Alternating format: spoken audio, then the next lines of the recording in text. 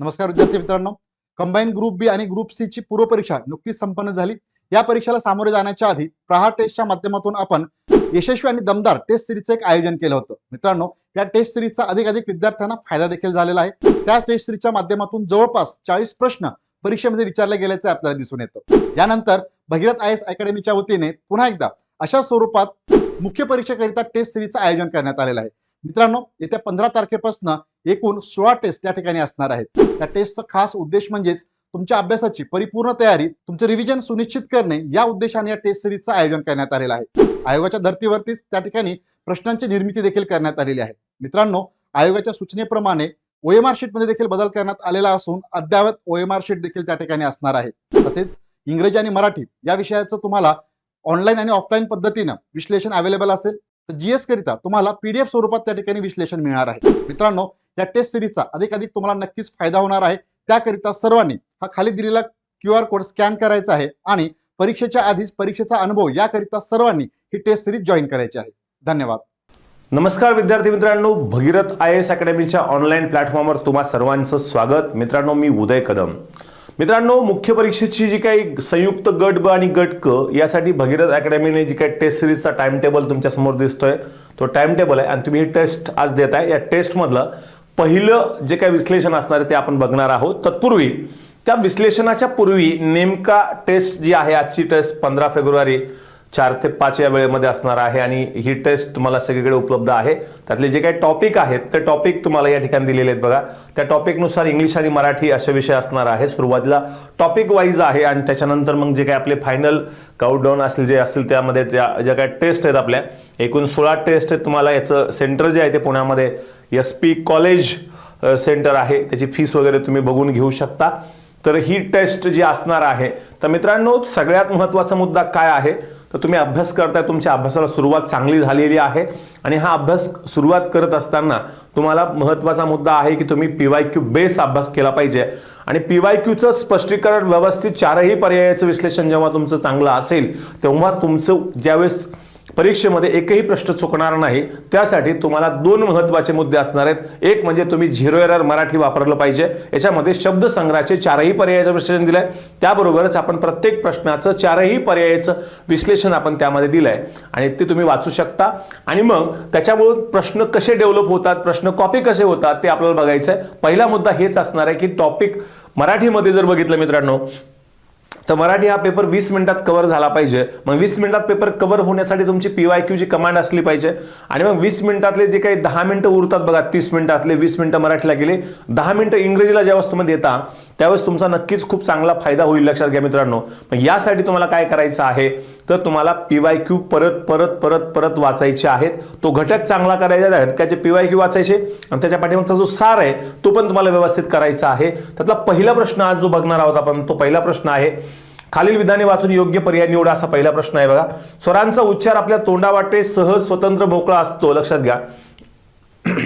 म्हणजे काय, स्वराचा उच्चार करत असताना कोणत्याही वर्णाची आवश्यकता नाहीये। स्वरांचा उच्चार स्वतंत्र होतो, सहज होतो, मोकळा होतोय, लक्षात घ्यायचं। अ आ इ ई म्हणताना कुठेही हवा अडवली जात नाही, वागिंद्री हे उघडं असतं, म्हणून या ठिकाणी जर बघितलं तर हे विधान बरोबर आहे। स्वराचा उच्चार आपल्या तोंडावाटे सहज स्वतंत्र व मोकळा असतो, हे आपण या ठिकाणी लक्षात घेऊ शकतो। आता बघा, व्यंजन ही अपूर्ण उच्चाराची असतात असं म्हटलेलं आहे, कारण की व्यंजन ही अपूर्ण उच्चाराचे, त्याचा व्यंजन उच्चार पूर्ण करण्यासाठी स्वरांची आवश्यकता असते। मग स्वरामुळे व्यंजनाचा उच्चार पूर्ण होतो, म्हणजे व्यंजनाला तुम्हाला कोणाची गरज आहे, तर स्वराची। मग व्यंजनाला अक्षरत्व प्राप्त करायचं असेल तर त्याला तुम्हाला काय करावं लागेल, त्यामध्ये तुम्हाला स्वर मिसळावा लागेल, म्हणजे क हलंत आहे अधिक अ बरोबर क हा पूर्ण झाला। असा एक मुद्दा या ठिकाणी लक्षात घ्यायचा आहे। अनुस्वार आणि विसर्ग यांच्यानंतर स्वर येतात, चुकीचं आहे, हे बरोबर आहे। अ आणि ब बरोबर आहे, क चुकीचं आहे। अनुस्वार आणि विसर्ग ज्याचं नाव स्वरादी आहे, ज्याच्या आधी किंवा आरंभी स्वर येतात त्याला स्वरादी असं म्हणतात, ज्याच्या आधी म्हणजे अगोदर। मग अनुस्वार आणि विसर्ग यांच्या अगोदर स्वर येतात म्हणून ते कोण आहेत, स्वरादी आहेत, नंतर येत नाहीत, लक्षात घ्या। स्वर आधी, ज्याच्या आधी स्वर येतात त्याला स्वरादी असं म्हणतात, म्हणून याचं उत्तर 1 असणार आहे, लक्षात घ्या। आता पुढचा जो प्रश्न आहे लक्षात घ्या, काय प्रश्न आहे बघा, रिकामी जागा ही वर्ण दोन पद्धतीने उच्चारला जातात. हा दोष सोडला तर देवनागरी लिपीत बहुतेक ध्वनींना स्वतंत्र वर्ण आहेत. बघा, मराठी भाषेची लिपी ही देवनागरी लिपी. या देवनागरी लिपीचं वैशिष्ट्य आहे एक ध्वनी एक लिपी चिन्ह, एक लिपी चिन्ह एक ध्वनी, हे वैशिष्ट्य आहे. पण त्याला एक अपवाद आहे. च छ ज झ या व्यंजनाचे उच्चार दोन प्रकारचे होतात. एक तालव्य उच्चार होतो आणि दुसरा दंत तालव्य उच्चार होतो. मग या ठिकाणी जर बघितलं च छ ज झ हे जे काही व्यंजन आहेत यांचे उच्चार हे दोन प्रकारचे होतात. एक तालव्य उच्चार होतो, हा य लावून उच्चार होतो, आणि हा दंत तालव्य जो आहे तो अ लावून उच्चार होतो. हे लक्षात घ्या. म्हणजे हा जग जेव्हा म्हणतो आपण तेव्हा सृष्टी आहे, आणि जग म्हणजे जिवंत राहा. म्हणजे याचं उत्तर काय यायला पाहिजे, तर याचं उत्तर 2 यायला पाहिजे. हे लक्षात घ्या मित्रांनो. पुढचा प्रश्न आहे योग्य जोड्या जुळवा. आता बघा, इथे तुम्हाला व्यंजनाचे किंवा वर्णाचे उच्चारानुसार पडणारे प्रकार आहेत, बरोबर का. मग या ठिकाणी जर बघितलं कंठ तालव्य, कंठे कुठले आहेत, अ आ आहे. तालव्य कुठले आहेत, इ ई आहे. यापासून काय तयार होतं बघा, ए आणि ऐ. म्हणजे या ठिकाणी जर बघितलं अ किंवा आ यांच्या समोर जर ई किंवा ई आला तर त्याच्यापासून ए आणि ऐ तयार होतात. हे आपला संयुक्त स्वरात माहित आहे. मग आ कंठ अ आ कंठ आहेत, ई ई तालव्य आहेत. म्हणजे ते काय झालं, कंठ तालव्य झालं. इथे ओ आणि औ जर बघितलं आपण, हे अ आणि आ यापासून तयार होतात, उ आणि उ यापासून तयार होतात. लक्षात घ्या. म्हणजे हे कंठोष्ठ असायला पाहिजे. अ आणि आ कंठ आहेत, उ आणि उ ओष्ठ आहेत. म्हणजे या ठिकाणी जर बघितलं तर हे कंठोष्ठ असणार आहेत. म्हणजे पर्याय या ठिकाणी 2 कुठे आला, इथे आला. 1 कुठे आला, इथे पण आला, इथे पण आला. सेम. आता जर बघितलं आपण मूर्धन्य, मूर्धन्य म्हणजे काय, रूट रसाळ मूर्धन्य. रूट रसाळ, रू आहे, ट वर्ग आहे, र आणि श आणि ळ आहे. मूर्धन्य ज्या वर्णाचा उच्चार मूर्धा या उच्चार स्थानाला होतो त्याला मूर्धन्य असं म्हणायचं. लक्षात घ्या. म्हणजे या ठिकाणी हे आलं. म्हणजे ड चं उत्तर 3 इथं आलेलं आहे. उत्तर 3 असणार आहे. आता हे वत्स्य ध्वनी कशाला म्हणायचं, च च ज ज हे काय आहे, तालव्य ध्वनी आहेत. सॉरी, दंत तालव्य आहेत. लक्षात घ्या, दंत तालव्य आहेत, दंत तालव्य. आणि यालाच वत्स्य ध्वनी असं पण म्हणतात. लक्षात घ्या. म्हणजे हा पर्यायी शब्द आपल्याला माहित पाहिजे, बरोबर. याला दंतमूलीय असं पण म्हणतात, दंतमूलीय असं पण म्हणतात. म्हणजे याचं उत्तर काय असणार आहे, 3 असणार आहे. हे लक्षात घ्यायचं आहे. आता बघा, फार्थ, फाल्गुन, धनंजय, किरीट यासारखे सगळी जी काही नावं आहेत तर ती कोणाला म्हणतात, तर अर्जुनाला म्हणतात. लक्षात घ्या. पार्थ, कुंतेय, कुंतेय म्हणजे कुंतीचा पुत्र. यात कौंतेय असेल किंवा किरीट असेल, किरीट म्हणजे डोक्यावर मुकुट घातलेला असेल. पार्थ असेल, फाल्गुन असेल, ज्याचा जन्म फाल्गुनामध्ये झालाय तो म्हणजे अर्जुन आहे. धनंजय ज्याचा धनाचा संचय याने केला आहे तो म्हणजे अर्जुन आहे. लक्षात घ्या. मग ही सगळी नावं अर्जुनाची आहेत, हे तुम्हाला लक्षात ठेवायचं आहे. याचं उत्तर 1 असणार आहे. आता पुढचं आहे खालीलपैकी अंत्यस्थ व्यंजनाचा गट ओळखा. अंत्यस्थ व्यंजन म्हणजे नेमकं काय, अंत्यस्थ म्हणजे काय बघा, जे जे स्पर्श व्यंजन आहे आणि उष्मे व्यंजन यांच्या मध्ये येतात त्याला अंत्यस्थ व्यंजन असं म्हणायचं. म्हणजे काय, य र ल व हे कोण आहेत, तर स्पर्श व्यंजन वर आहेत. लक्षात घ्या. आणि खाली उष्मे व्यंजन आहेत. या उष्मे व्यंजनाच्या मध्ये येतात म्हणून यांना अंत्यस्थ असं म्हणायचं. लक्षात घ्या. अंत्यस्थ व्यंजन असं म्हणायचं. म्हणजे य र ल व, य र ल व हे अर्धस्वर आहेत, कारण यांच्यामध्ये स्वरांचा प्रवाहीपणा, व्यंजनाचा स्फोटकपणा य र ल व मध्ये आपला आढळतो. म्हणून हे काय असणार आहेत, तर हे तुम्हाला या ठिकाणी अर्धस्वर आहेत. लक्षात घ्यायचं आहे. य र ल व हे अर्धस्वर आहेत, बरोबर का. यांचा उच्चार स्वरांसारखा होतो. यचा उच्चार ई सारखा, रचा उच्चार रू सारखा, लचा उच्चार लू सारखा, वचा उच्चार ऊ सारखा, कारण की यांच्यामध्ये स्वरांचा प्रवाहीपणा आहे. लक्षात घ्या. स्वरांचा प्रवाहीपणा आहे, हा एक मुद्दा आहे. आणि व्यंजनाचा जो आहे, व्यंजनाचा स्फोटकपणा जो असणार आहे, लक्षात घ्या, स्फोटकपणा असणार आहे तो याच्यामध्ये असणार आहे, बरोबर का. हे एक लक्षात घ्यायचं आहे. पुढे बघा, खाली दिलेल्या वर्णाचा अचूक क्रम ओळखा असा एक प्रश्न या ठिकाणी विचारलेला आहे. मग या ठिकाणी जर बघितलं आपण तर पहिला मुद्दा असा असणार आहे की र आलेला आहे. र हा काय आहे, स्पर्श आहे का, नाहीये. तो अर्धस्वर आहे, हा स्पर्श व्यंजन नाहीये. तो अर्धस्वर आहे का, आहे. मग ल हा काय आहे, स्वतंत्र वर्ण आहे. ळ हा द्रविडियन वर्ण आहे. ळ हा संस्कृत मध्ये ळचं स्थान नाहीये म्हणून तो स्वतंत्र आहे. म्हणजे या ठिकाणी इथे बघा हा पर्याय गेला, म्हणजे हा पर्याय गेला, म्हणजे हा उत्तर हे येणार आहे. श काय आहे, श श स ह हे उष्मे आहेत, त्यामुळे इथं उष्मे आला. भ क पासून म पर्यंत स्पर्श व्यंजन आहेत, ज्यांचा उच्चार करताना मुखावाटे हवा बाहेर पडते, सर्व वागेंद्रियांना स्पर्श करते. क पासून म पर्यंत 25 व्यंजनं ही स्पर्श व्यंजनं आहेत, लक्षात घ्या. बरोबर का. त्याला वर्गीय व्यंजन असं पण म्हणतात. क च ट त असे 5 वर्ग पडतात. आता पुढचा प्रश्न आहे, पुढील विधाने वाचावं, योग्य उत्तर लिहा असा प्रश्न विचारलेला आहे या ठिकाणी. बघा मग काय प्रश्न आहे बघा, की विभक्ती प्रत्ययाला स्वतःचा अर्थ नसतो. बरोबर आहे. विभक्ती प्रत्ययाला स्वतःचा अर्थ नसतो, ते शब्दाला जोडले की किंवा वाक्यातला नामाचा किंवा सर्वनामाचा क्रियापदाशिवाय इतर शब्दाशी संबंध दाखवितात ते विभक्ती प्रत्यय. त्यामुळे हे बरोबर आहे. विभक्ती प्रत्यय दोन्ही वचनात, एक वचन आणि एक वचनात समान असतात का? चुकीचं आहे. सलाते सलानाते, नेहेशी निहेशी वेगवेगळे असतात, लक्षात घ्या. फक्त याच्यात जर बघितलं याच्यामध्ये अपवाद काय असणार आहे लक्षात घ्या. तर हे समान कुठे असतात लक्षात घ्या. समान याच्यात जर बघितलं आपण ऊनहून, ऊनहून हे पंचमीमध्ये आहेत आणि षष्टीमध्ये तय्या तय्या सप्तमीमध्ये तय्या तय्या आहे, लक्षात घ्या. सप्तमीमध्ये आहेत. हेच फक्त दोन्ही वचनात समान आहेत, लक्षात घ्या. ओके, हा एक मुद्दा सांगितला. आणि त्याबरोबर विभक्ती प्रत्ययांना नामाच्या लिंगानुसार बदलतात, तर बदलत नाहीत. मग त्याच्यामध्ये एक अपवाद आहे, बदलत नाहीत, लक्षात घ्या. इथं समान नसतात आणि तिथे पण अपवाद सांगितला, बदलत नाहीत. मग इथे अपवाद कोण आहे लक्षात घ्या. अपवाद हा आहे की समजा चा, त्याचा, त्याची, त्याचे, हा पुल्लिंगी आहे, हा स्त्रीलिंगी आहे आणि हा नपुंसकलिंगी आहे. फक्त एवढाच अपवाद आहे, लक्षात घ्या. बाकी एरवी जर बघितले आपण तर ते सगळे काय आहेत, ते सगळे काय आहेत लक्षात घ्या. तर ते सगळे लिंगानुसार बदलतात, हे लक्षात घ्यायचं आहे. आता अचूक जोड्या लावा असा प्रश्न या ठिकाणी विचारलेला आहे. अचूक जोड्या लावा, स्वर संधी, व्यंजन संधी, विसर्ग संधी आणि सजातीय स्वर संधी याच्यामध्ये जर बघितलं आपण तर उत्तर कसं काढायचं बघा. आता या ठिकाणी बघूयात आपण विसर्ग संधी. विसर्ग संधीचं सीचं उत्तर 2 असणार आहे. कारण काय, पुरह अधिक कार, पु अधिक कार. बरोबर. विसर्गाच्या पुढे कार, कार कर करता क्रू धातूची रूप आली की विसर्गाचा स होतो, मग तो पुरस्कार झाला. मग या ठिकाणी जर बघितलं सीचं उत्तर 2 कुठे आलं तर इथे आलं उत्तर, हे आलेलं आहे. बाकी बघायची पण गरज नाही. नियम लक्षात घ्या.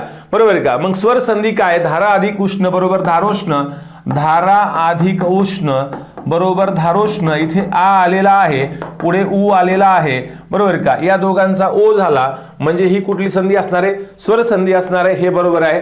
आता या ठिकाणी बघितलं आपण की पुढचा जो मुद्दा आहे बी, व्यंजन संधी. विद्युत अधिक लता, विद्युत अधिक लता.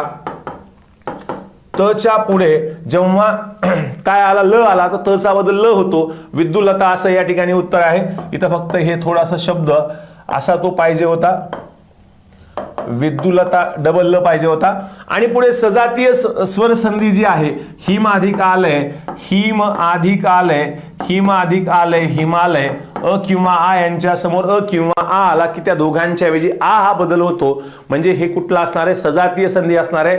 म्हणजे त्याला आपण काय म्हणतो, दीर्घादेश संधी असं पण म्हणतोय, लक्षात घ्या. म्हणजे सजातीय संधी किंवा दीर्घत्व संधी किंवा दीर्घादेश संधी असं आपण म्हणतो. म्हणजे उत्तर बी चं या ठिकाणी काय आलं, 1 आलं. डी चं जे काय आहे ते 3 आहे, लक्षात घ्या. म्हणजे उत्तर 3 असलेलं आहे. खालील विधाने वाचून अचूक पर्याय निवडा असा प्रश्न विचारलेला आहे. बघा काय म्हटले, नामाचे लिंग पुल्लिंगी, स्त्रीलिंगी, नपुंसकलिंगी हे नामाच्या स्वभावाशी म्हणजे जन्मतः संबंध असते. बरोबर आहे. कारण माणसाचा जन्म जेव्हा होतो तेव्हा तो पुल्लिंगी आहे का स्त्रीलिंगी आहे हा जन्माशी संबंधित आहे. लिंग बेकार हे लक्षात, मुलगा आहे का मुलगी आहे, पोरगा आहे का पोरगी आहे, कुत्रा आहे का कुत्री आहे, चोलता. बरोबर का. यासारखे जे लिंग आहेत ते यानुसार होतात. बघा इकारांत नामे स्त्रीलिंगी असतात. बरोबर आहे. आता ती नदी, ती वही, ती पेन. बरोबर का. ती वही, ती नदी, ती पेटी यासारखी उदाहरणं. पण काही शब्द ही काय असतात, पुल्लिंगी असतात. मग माळी, तो माळी, तो कोळी, तो. बरोबर का. ही व्यावसायिकाची नाम आहे, तो धोबी. म्हणजे या ठिकाणी दोन्ही विधान काय असणार आहेत, बरोबर असणारे. ए आणि बी बरोबर असणारे. पर्याय 3 याचं उत्तर येणार आहे. आता हा प्रश्न बघा, समानार्थी शब्दांचे गट ओळखा असा प्रश्न या ठिकाणी विचारलेला आहे. चंद्र या शब्दाला इंदू, इंदू, शशी आणि हिमांशू असं म्हटलेलं आहे. आता चंद्राला इंदू का म्हणतात बघा, हे एक साहित्यिक नाव आहे, लक्षात घ्या. शशी म्हणजे ज्याच्यावर सशाचं चित्र आहे त्याला शशांक असं सुद्धा म्हणतात, लक्षात घ्या. आणि हिमांशू, हिम म्हणजे पांढरा शुभ्र जे किरण निर्माण करतो, पांढरे शुभ्र, हिम म्हणजे पांढरा बर्फ जो पांढरे शुभ्र असे किरण निर्माण करतो तो कोण असतो, चंद्र असतो, लक्षात घ्या. आता नदीला सरिता म्हणतात, बरोबर आहे. तट्टिनी म्हणतात, बरोबर आहे. हा सुधांशू हा जो शब्द आहे तर सुधांशू, सुधा म्हणजे अमृत, अंश म्हणजे किरण, अमृतासारखे किरण निर्माण करणारा चंद्र असतो. त्यामुळे हा या ठिकाणी येणार नाही. बी चुकीचा आहे. सी बघा, ज्ञानी, शहाणा, डोळस, जाणकार हे मात्र बरोबर आहे. ए आणि सी बरोबर असणार आहे. पर्याय 2 याचं उत्तर येणार आहे, लक्षात घ्या. पुढचं आहे, खालील विधाने वाचून अचूक पर्याय निवडा. नाम हा शब्द वस्तुवाचक आहे. व्यापक अर्थाने नाम हा शब्द वस्तुवाचक आहे, कारण प्राणी, वस्तू, पदार्थ यांच्या ठायी जे गुणधर्म वास करतात बघा, सगळ्यांचा बोध याच्यामध्ये नामामध्ये येतो. नाम यामध्ये प्राणी, वस्तू, पदार्थ त्यांच्या ठायी असणारे गुणधर्म या सगळ्यांचा समावेश याच्यामध्ये होतो. नाम हा शब्द व्यापक अर्थाने वस्तुवाचक मानलेला आहे, हे आपल्याला लक्षात घ्यायचं आहे मित्रांनो. ओके. आणि नाम ही शब्दजाती अविकारी आहे असं म्हटलंय, कारण नाम ही शब्दजाती काय आहे, विकारी आहे. तिला लिंग वचन यांचे विकार होतात, त्यामुळे हे चुकीचं आहे. फक्त ए बरोबर असणारे पर्याय 2 या ठिकाणी असणार आहे, लक्षात घ्या. आता बघा, फसवेगिरी, सौंदर्य, गोडवा, लबाडी, यत्व, पणपणा, ता, गिरी, ऐक हे प्रत्यय लागून भाववाचक नामे तयार होतात. हे आपल्याला माहित आहे की सामान्य नाम, विशेष नाम, विशेषणे सर्व बरोबर का, यांना यत्व, पणपणा, ता, गिरी, ऐक हे प्रत्यय लागून भाववाचक नामे तयार होतात. म्हणजे ही काय असणार आहे, भाववाचक नामे गिरी, य, वा, ई म्हणजे भाववाचक नामाचं उत्तर असणार आहे. तुझा भाऊ म्हणजे कुंभकर्ण दिसतो, या वाक्यात कुंभकर्ण रावणाचा भाऊ आला म्हणून आलाय का, नाही. झोपाळू या अर्थाने आलेला आहे. म्हणजे काही विशेष नामे वाक्यात सामान्य नामाची कार्य करतात, हा नियम या ठिकाणी लागू पडतो. म्हणजे या ठिकाणी उत्तर असणारे 4 लक्षात घ्या. म्हणजे काय, तर काही विशेष नामे वाक्यात सामान्य नामाची कार्य करतात. बघा, त्याचे वडील म्हणजे जमदाग्नीच आहेत. आता जमदाग्नी नावाचे ऋषी होते, विशेष नाम आहे, पण त्या वाक्यात ते कोण आहेत लक्षात घ्या. त्या वाक्यात ते रागीट या अर्थाने आले आहेत, म्हणजे ते सामान्य नाम आहेत. रागीट कोणी असू शकतं. पुढे बघा,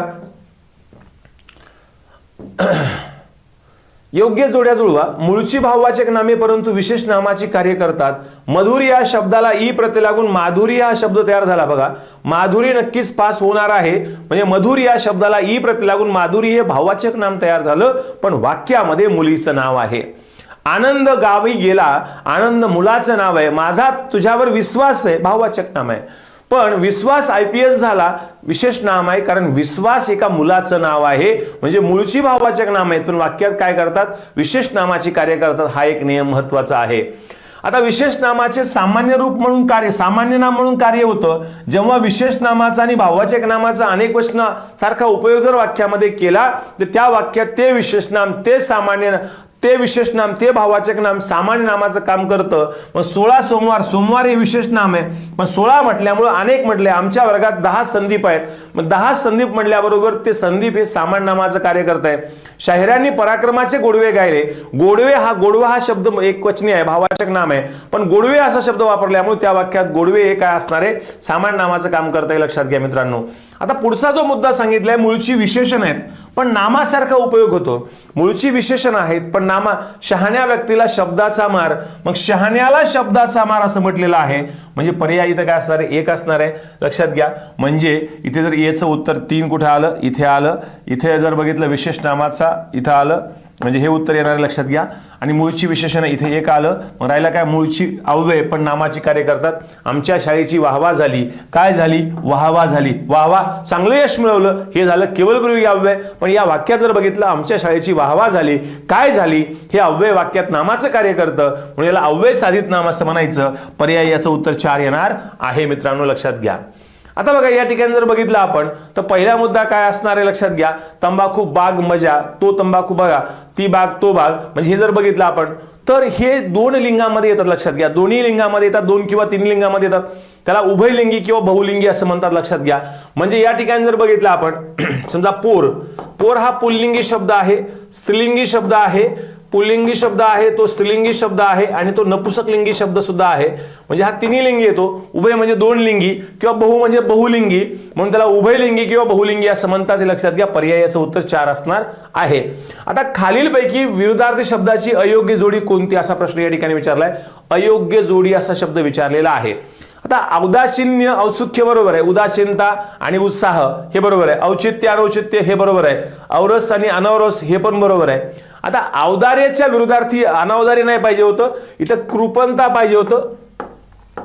म्हणजे औदार्य म्हणजे देण्याची दानत असणारी उदारता, आपण असं म्हणतो की मी देऊ शकतो तुम्हाला, ही उदारता झाली. आणि जे काही स्वतःकडे ठेवणं त्याला म्हणायचं कंजूसी, तेव्हा त्याला कृपणता असं म्हणायचं. पण पर्याय 4 याचं उत्तर येतं. लक्षात घ्या. बरोबर का. पर्याय 4 हे उत्तर येणार आहे.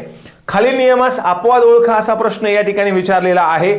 मग या ठिकाणी जर बघितलं आपण, तर उत्तर काय असणार आहे बघा मित्रांनो, की ई कारांत स्त्रीलिंगी नामाचे अनेक वचन या कारांत होते. ई कारांत, नीट बघा, इकारांत स्त्रीलिंगी नामाचे अनेक वचन या कारांत होते.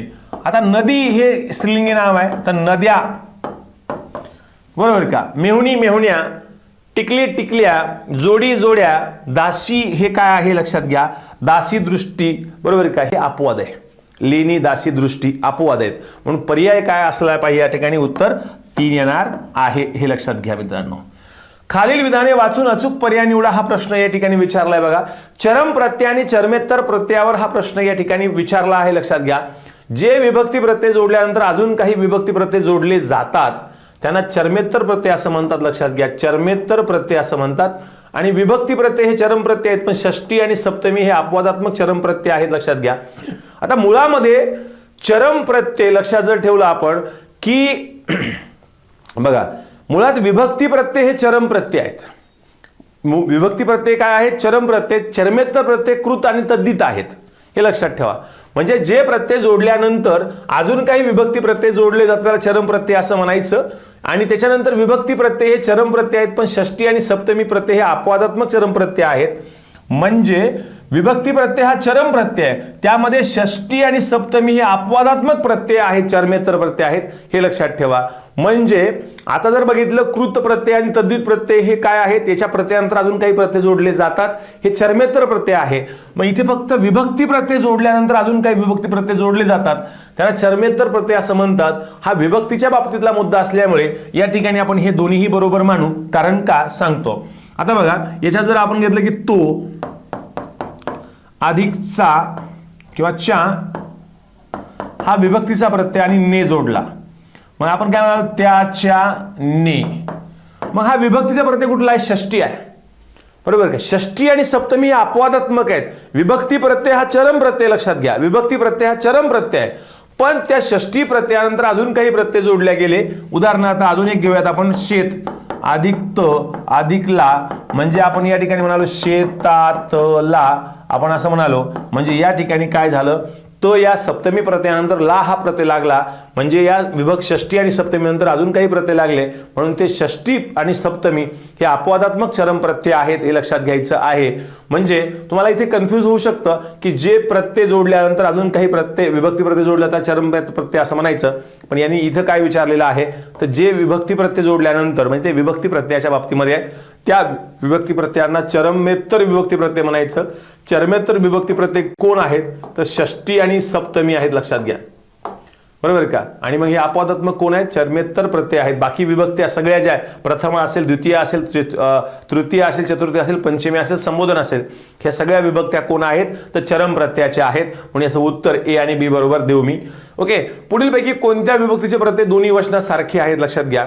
आता या ठिकाणी जर बघितलं तर दोन्ही वचनात सारखे असणारे पंचमी असणारे ऊन आणि हुन. ऊन आणि हुन दोन्ही वचनात सारखेच आहेत, बरोबर का. द्वितीयामध्ये सला ते वेगळे आहे, सलाना ते वेगळे आहे. तृतीयामध्ये नेहेशी वेगळे आहे, नेहेशी वेगळं आहे.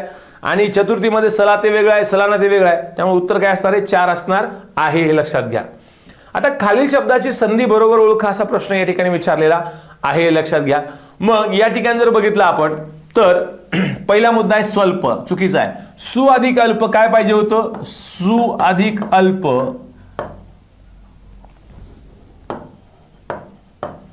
म्हणजे विसर्गाच्या सॉरी उच्या पुढे विजातीय स्वर आला तर उचा बदल व झाला, यनादेश संधी आहे. रंभा अधिक गुरु हे मात्र बरोबर आहे. 9 अधिक इक पाहिजे होतं, 9 अधिक इक बरोबर नाविक, त्यामुळे हे चुकीचं आहे, हे चुकीचं आहे. फक्त बी बरोबर आहे, पर्याय 2 याचं उत्तर येणार आहे, लक्षात घ्या. म्हणजे सु अधिक अल्प विसर्ग आपला बघा की उच्या पुढे विजातीय स्वर आला तर उचा बदल व केला, मग उ अधिक व, स अधिक व अधिक बघा स अधिक व अधिक अ, म्हणजे याचं काय होणार आहे, स्वल्प असं होणार आहे, लक्षात घ्या, बरोबर आहे का. 9 अधिक इक ए ऐ ओ औ यांच्या समोर विजातीय स्वर आला तर ए चा बदल ऐ, आईचा बदल आय, ओ चा बदल औ आणि औचा बदल आव असा होतो. या ठिकाणी औच्या समोर विजातीय स्वर आला म्हणून या ठिकाणी औचा बदल आव केला.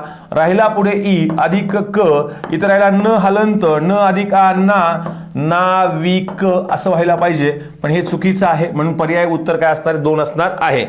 सर्जेराव अण्णाकडे बक्कळ पैसा आहे या वाक्यातील अधोरेखित शब्दाचं वचन ओळखा असा प्रश्न विचारलाय की विपुलता दाखवण्यासाठी एकवचनाचा वापर होतो बघा.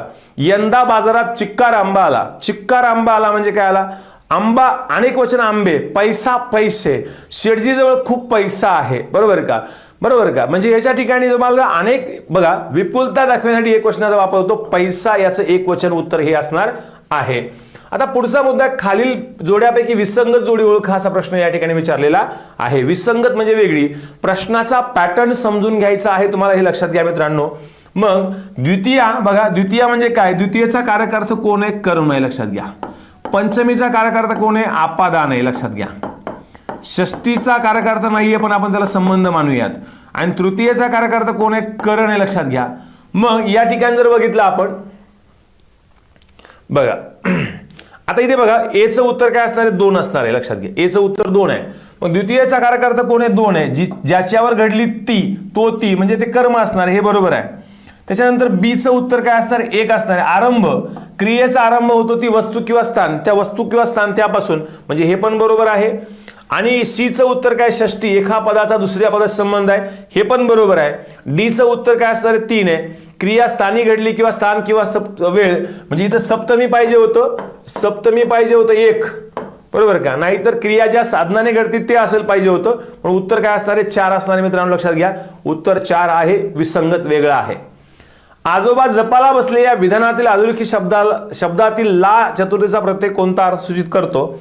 आता बघा तुम्हाला अजून एक सांगतो. विभक्तीमध्ये एकतर इकडे विभक्ती आणि इकडे प्रत्यय असतात, इकडे विभक्ती आणि इकडे कारकार्थ असतात. या प्रश्नाच्या पलीकडे दिलेल्या वाक्यातील विभक्ती ओळखा असा एक प्रश्न असतो. पण आता नव्याने काही प्रश्न आयोग विचारतं, ते म्हणजे उपपदार्थावर प्रश्न विचारतं, लक्षात घ्या. आणि आपला उपपदार्थ माहीत पाहिजे. मग या ठिकाणी बघा आजोबा जपाला बसले. जपाला त्याचा बसण्याचा हेतू आहे किंवा उद्देश आहे, तर जपाला बसलेले आहे. राम जेवायला बसला, राम अभ्यासाला बसला, हेतू किंवा उद्देश आहे, त्यामुळे त्याचा उपपदार्थ काय असणार आहे? हेतू किंवा उद्देश असणार आहे. 4 रुपयाला कोथिंबीर, 4 रुपयाला हे मूल्य असणार आहे, लक्षात घ्या. ओके. आता अनेकदा शब्दांना एका विभक्तीचे प्रत्यय लागून नंतर तृतीयादी विभक्तीचे प्रत्यय लागतात, अशा विभक्तीस काय म्हणायचं? सविकरण विभक्ती म्हणायचं. म्हणजे काय? तर षष्टी विभक्ती प्रत्यय बघा, जेव्हा शब्द आहे या शब्दांना षष्टी विभक्तीचे प्रत्यय लागले बघा, षष्टी विभक्ती प्रत्यय लागले आणि त्याच्यानंतर जेव्हा षष्टी विभक्तीचे प्रत्यय लागले त्याच्यानंतर तृतीयचे प्रत्यय लागले, त्याला सविकरणी तृतीय असं म्हणायचं, लक्षात घ्या.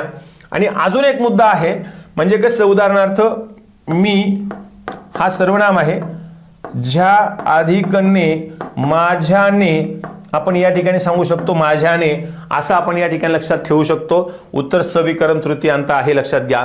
दुसरं आहे जेव्हा शब्दाला सप्तमीचा प्रत्यय लागला, लक्षात घ्या. सप्तमीचा प्रत्यय लागला आणि या सप्तमी प्रत्ययानंतर आपला लागला चतुर्थीचा प्रत्यय, लक्षात घ्या. चतुर्थीचा प्रत्यय लागला तेव्हा कुठली विभक्ती तयार होते? तर त्याला सांधिकरणी विभक्ती असं म्हणायचं. सांधिकरणी विभक्ती म्हणायचं, लक्षात घ्या. म्हणजे कसं? तळे अधिक त अधिक ला, आपण तळ्यातला, म्हणजे लक्षात आलं का तुम्हाला? म्हणजे सप्तमीच्या प्रत्ययानंतर अजून काही प्रत्यय जोडले जातात, त्याला सांधिकरणी विभक्ती असं पण म्हणतात, हे लक्षात घ्यायचं आहे. ओके. म्हणजे सविकरणी विभक्ती आणि सांधिकरणी विभक्ती या 2 गोष्टी तुम्हाला लक्षात या ठिकाणी आलेल्या आहेत, लक्षात घ्या. आता पुढचा मुद्दा, प्रश्न जो विचारलाय तो समानार्थी शब्दावर विचारला आहे.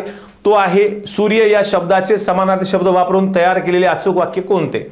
आता सूर्याला काय काय म्हणतात बघा? वासरमणी म्हणतात, बरोबर का? मग या ठिकाणी जर बघितलं आपण वासरमणी, वासर म्हणजे दिवस निर्माण करणारा म्हणजे कोण? वासरणी. भानू म्हणजे भा म्हणजे प्रकाश निर्माण करणारा, न म्हणजे निर्माण करणारा, भा म्हणजे प्रकाश, बरोबर का? भास्कर, भा म्हणजे प्रकाश निर्माण करणारा, कर म्हणजे करणारा. जेथे जात नाही, जे न देखे रवी तो देखे कवी. रवी म्हणजे कोण? सूर्य आहे, लक्षात घ्या. मित्र म्हणजे कोण आहे? सूर्य आहे. आता बघा आदित्य, आदितीचा पुत्र सूर्य आहे, बरोबर का? त्याला आदित्य असं म्हणायचं, मार्कंड असं म्हणायचं, मार्तंड असं म्हणायचं. मार्तंड सूर्याला काय म्हणतात? मार्तंड आणि आदिती हे संस्कृत मधले नाव आहेत, लक्षात घ्या. मित्राचे येण्याने कोणाला आनंद होत नाही. मित्र म्हणजे कोण? सूर्य आहे. म्हणजे ABC सर्व पर्याय बरोबर असणार आहे. तर सूर्याचे समानार्थी शब्द हे आपण या ठिकाणी सांगितलेले आहेत. आपल्या झिरो एरर PYQ मध्ये आपण सांगत असताना त्या पुस्तकामध्ये चारही पर्याय बघा दिलेत आणि शब्दसंग्रह कॉपी होतात हे तुम्हाला लक्षात ठेवायचं आहे. लक्षात घ्या. आता सामान्य रूप होताना खालीलपैकी कोणत्या शब्दाच्या रूपात विकृती होत नाही असं म्हटलेलं आहे. सामान्य रूप होताना खालीलपैकी कोणत्या शब्दाच्या रूपात विकृती म्हणजे काय? तर बदल होत नाही असं म्हटलंय. बदल. मग बघा या ठिकाणी बघितलं, लिंबू लिंबाचे लोणचे, कुंकू कुंकवाचा सडा, गळू गळवाचे. मग दासी दासीच राहील बरं का, दासींना. मग उत्तर एक असणार आहे अपवाद आहे. लक्षात घ्या, उत्तर काय आहे? अपवाद आहे. आता खालीलपैकी कोणत्या नामाचे सामान्य रूप या कारांत होते? बघा, उकारांत पुल्लिंगी नामाचे भाऊ भाऊ भावाला, भाऊ भावाला पुल्लिंगी नाम आहे. लक्षात घ्या, वाकारांत झालं. आकारांत स्त्रीलिंगी नाम असेल दिशा दिशेला दिशांना, त्यामुळे येणार नाही. एकारांत नपुंसकलिंगी नामे असेल तळे तळे तळी. आता तळे तळ्यात या कारांत होतं बघा, तळे तळ्यात. गाणे गाण्याचा. उत्तर काय असणार आहे? 3 असणार आहे. ईकारांत स्त्रीलिंगी नामे, ईकारांत स्त्रीलिंगी नामे नदी नदीला. बरोबर का? म्हणजे याच ठिकाणी जर बघितलं याचं उत्तर एकारांत नपुंसकलिंगी नामे जे असेल तळेचं तळ्यात होतं. ईकारांत स्त्रीलिंगी नामे याचं जर बघितलं आपण नदी नदीला, नद्यांना, दोन्ही ठिकाणी होतं म्हणून उत्तर याचं या ठिकाणी 3 लिहायचं आहे. एक कारांत नपुंसकलिंगी नामाचं सामान्य रूप तळे, एक कारांत तळे तळ्यात, म्हणजे उत्तर 3 असणार आहे. विभक्ती प्रत्यय लागण्यापूर्वी शब्दाच्या मूळ रूपात जो बदल होतो त्या बदलाला काय म्हणायचं? बघा, नामाला किंवा सर्वनामाला विभक्तीचा प्रत्यय लागला. समजा, आता नीट समजून घ्या, नाम किंवा सर्वनाम यांना विभक्तीचा प्रत्यय लागू द्या किंवा विभक्ती प्रत्यय लागू द्या किंवा शब्दयोगी अव्यय जोडून येऊ द्या. यांच्या मूळ रूपात जो बदल होतो, यांच्या मूळ रूपात जो बदल होतो, लक्षात घ्या, जो बदल होतो त्या बदलाला सामान्य रूप असं म्हणायचं. लक्षात घ्या, काय म्हणायचं? सामान्य रूप असं म्हणायचं. लक्षात ठेवायचं आहे. म्हणजे उत्तर काय असणार आहे? 1 असणार आहे. पाखरू या शब्दाला कोणताच समानार्थी शब्द नाही असं म्हटलेलं आहे. बघा, पाखरू. ख म्हणजे आकाश, ग म्हणजे गमन करणारा पक्षी. बरोबर आहे. द्विज, द्वि म्हणजे दोनदा, ज म्हणजे जन्मणारा, द्विज म्हणजे पक्षी. बरोबर आहे. विहग किंवा विहंग किंवा विहग, विहंगम, विहग बघा पक्षाला म्हणतात. हे म्हणजे आकाशात जे विहार करतात त्याला विहग, विहंग, विहंगम असं म्हणतात. लक्षात घ्या. आणि दुसरा मुद्दा आहे खगेंद्र. खगेंद्र गरुडाला म्हणतात. लक्षात घ्या, गरुड जो असतो, खग अधिक इंद्र, पक्ष्यांचा राजा आहे गरुड, त्याला द्विराज म्हणतात, खगेंद्र म्हणतात, खगेश्वर म्हणतात. बरोबर का? त्राक्ष असं पण म्हणतात. हे लक्षात घ्या. गरुडाच्या बाबतीमध्ये पर्याय असं उत्तर काय असणार आहे? 3 असणार आहे. हे लक्षात घ्या. आता पुढचा जो मुद्दा आहे बघा, पंकज, नीरज, आंबोज, राजीव, अरविंद हे शब्द खाली कोणत्या शब्दाचे समानार्थी आहेत असं या ठिकाणी विचारलेलं आहे. मग या ठिकाणी जर बघितलं मित्रांनो, पंकज, पंक म्हणजे चिखल, पंक म्हणजे चिखल, ज म्हणजे जन्मणारा, उपपद तत्पुरुष समास. पंकज, चिखलात जन्मणारा कोण आहे? कमळ आहे. लक्षात घ्या, कमळ. नीर म्हणजे पाणी, पाण्यात जन्मणारा कोण आहे? कमळ आहे. आंब म्हणजे पाणी, आंबोज म्हणजे पाण्यात जन्मणारा कोण आहे? कमळ आहे. राजीव म्हणजे सुंदर. लक्षात घ्या, राजीव म्हणजे काय? सुंदर असा. अरविंद म्हणजे पण ते सुंदर, म्हणजे कमळ याचं उत्तर येणार आहे. उत्तर 4 असणार आहे. आता निरक्षर, दुर्घटना, तेजोमय, आयुर्वेद या शब्दाची संधी विचारलेली आहे, ती विसर्ग संधी. नि अधिक अक्षर, नि अधिक अक्षर विसर्ग संधी असणारे. पहिलं पद विसर्ग आहे, दुसरं पद स्वर आहे, त्यामुळे ती विसर्ग संधी असणारे. दु अधिक घटना, दु अधिक घटना जर बघितलं आपण, दु अधिक घटना म्हणजे दुर्घटना, विसर्ग संधी आहे. बघा, इथं विसर्ग आहे, इथं पुढे व्यंजन आलंय. तेज अधिक मय, तेजोमय, आयु अधिक वेद, आयुर्वेद यासारखी उदाहरणं, विसर्ग संधीची उदाहरणं आपल्याला सांगता येईल. आता अभिजात मराठी भाषा गौरव दिन केव्हा साजरा केला जातो? बघा, 3 ऑक्टोबरला साजरा केला जातो. हे फक्त कधीतरी माहीत असावं म्हणून तुम्हाला माहीत असलं. बघा, उत्तर 4 याचं उत्तर येणार आहे. आता बघा, समानार्थी शब्दांच्या जोड्या जुळवा असा एक प्रश्न या ठिकाणी विचारलेला आहे. हे लक्षात घ्या. मग बघा, मला हरिण आणि घोडा याच्यात बघा, कुरग, कुरग किंवा कुरंगम हे हरिणाच्या बाबतीत म्हणतात. बघा, हरिणाच्या बाबतीत. आता घोडा जो आहे तुरुंग, किंवा तुरग किंवा तुर्गम असं पण म्हटलं जातं, लक्षात घ्या. वारू नाही का, हाजी, अस्प, घोडा नाही का. त्यानंतर सिंह, सिंह कोण आहे? वनराज. शार्दूल, पंचानन, बरोबर का, वनराज. हत्तीला सारंग असं म्हटलं बघा, सारंग, बरोबर का, हत्तीला सारंग असं म्हटलं जातं, लक्षात घ्या. म्हणजे या ठिकाणी जर बघितलं तर 1 2 3 4 पर्याय हा 3 असणार आहे. आता घर या शब्दाला समानार्थी नसलेला खालीलपैकी कोणता शब्द आहे असं विचारलंय. नसलेला विचारलंय, असलेला विचारलंय का, नसलेला असं विचारलेलं आहे, लक्षात घ्या. म्हणजे सदन म्हणजे घर, भवन म्हणजे घर, निकेतन म्हणजे घर, वदन म्हणजे काय आहे तर तोंड आहे, लक्षात घ्या. वदन म्हणजे वक्रतुंड महाकाय तुंड सर्व कोटी नाही का. वदनी कवळ घेता नाम घ्या श्रीहरीचे वदनी. कवळ म्हणजे घास, वदन म्हणजे तोंड. हे लक्षात घ्यायचं. उत्तर काय असणार आहे? 4 असणार आहे. हे लक्षात घ्या मित्रांनो. उकारांत पुल्लिंगी नामाचं सामान्य रूप काय होतं? उकारांत पुल्लिंगी नामाचं सामान्य रूप काय होतं हे आपल्याला या ठिकाणी बघायचंय बघा. उकारांत पुल्लिंगी नामाचा, उकारांत पुल्लिंगी नाम त्याचं काय होतं? भाऊ,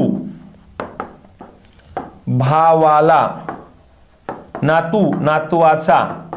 वाकारांत होतं. उत्तर 3 असणार आहे मित्रांनो.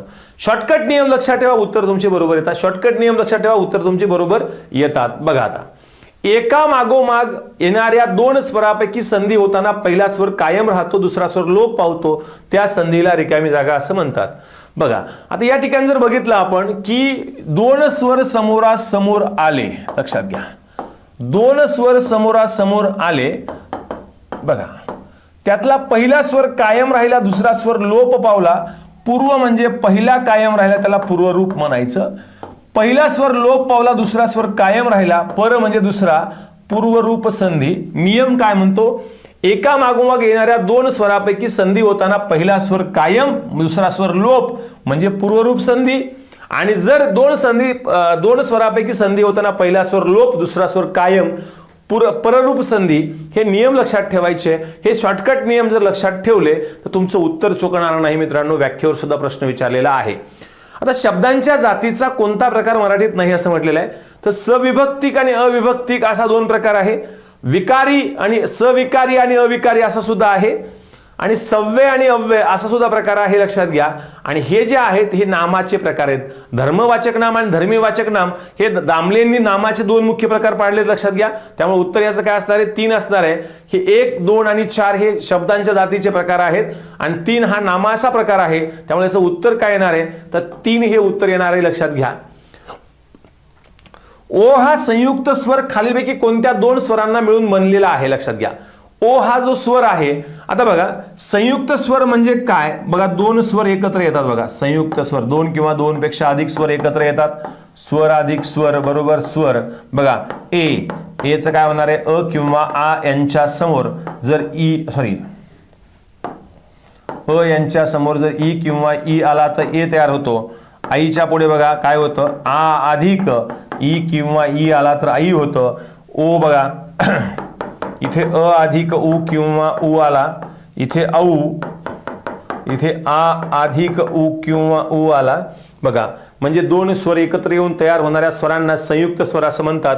याला तदुत्पन्न स्वर असं पण म्हणायचं. तत् अधिक उत्पन्न यापासून तदुत्पन्न हा स्वर तयार होतो. या संयुक्त स्वरांना तदुत्पन्न स्वर असं पण म्हणतात.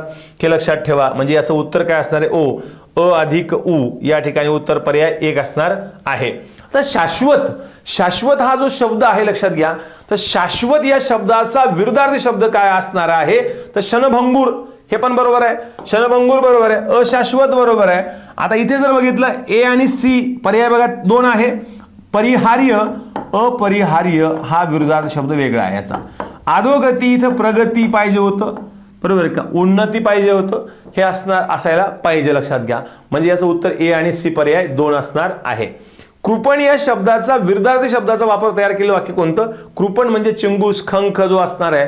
आणि त्याच्या विरुद्धार्थी कोण आहे? उदार. जो देणारा आहे, दान करणारा आहे तो उदार असतो, लक्षात घ्या.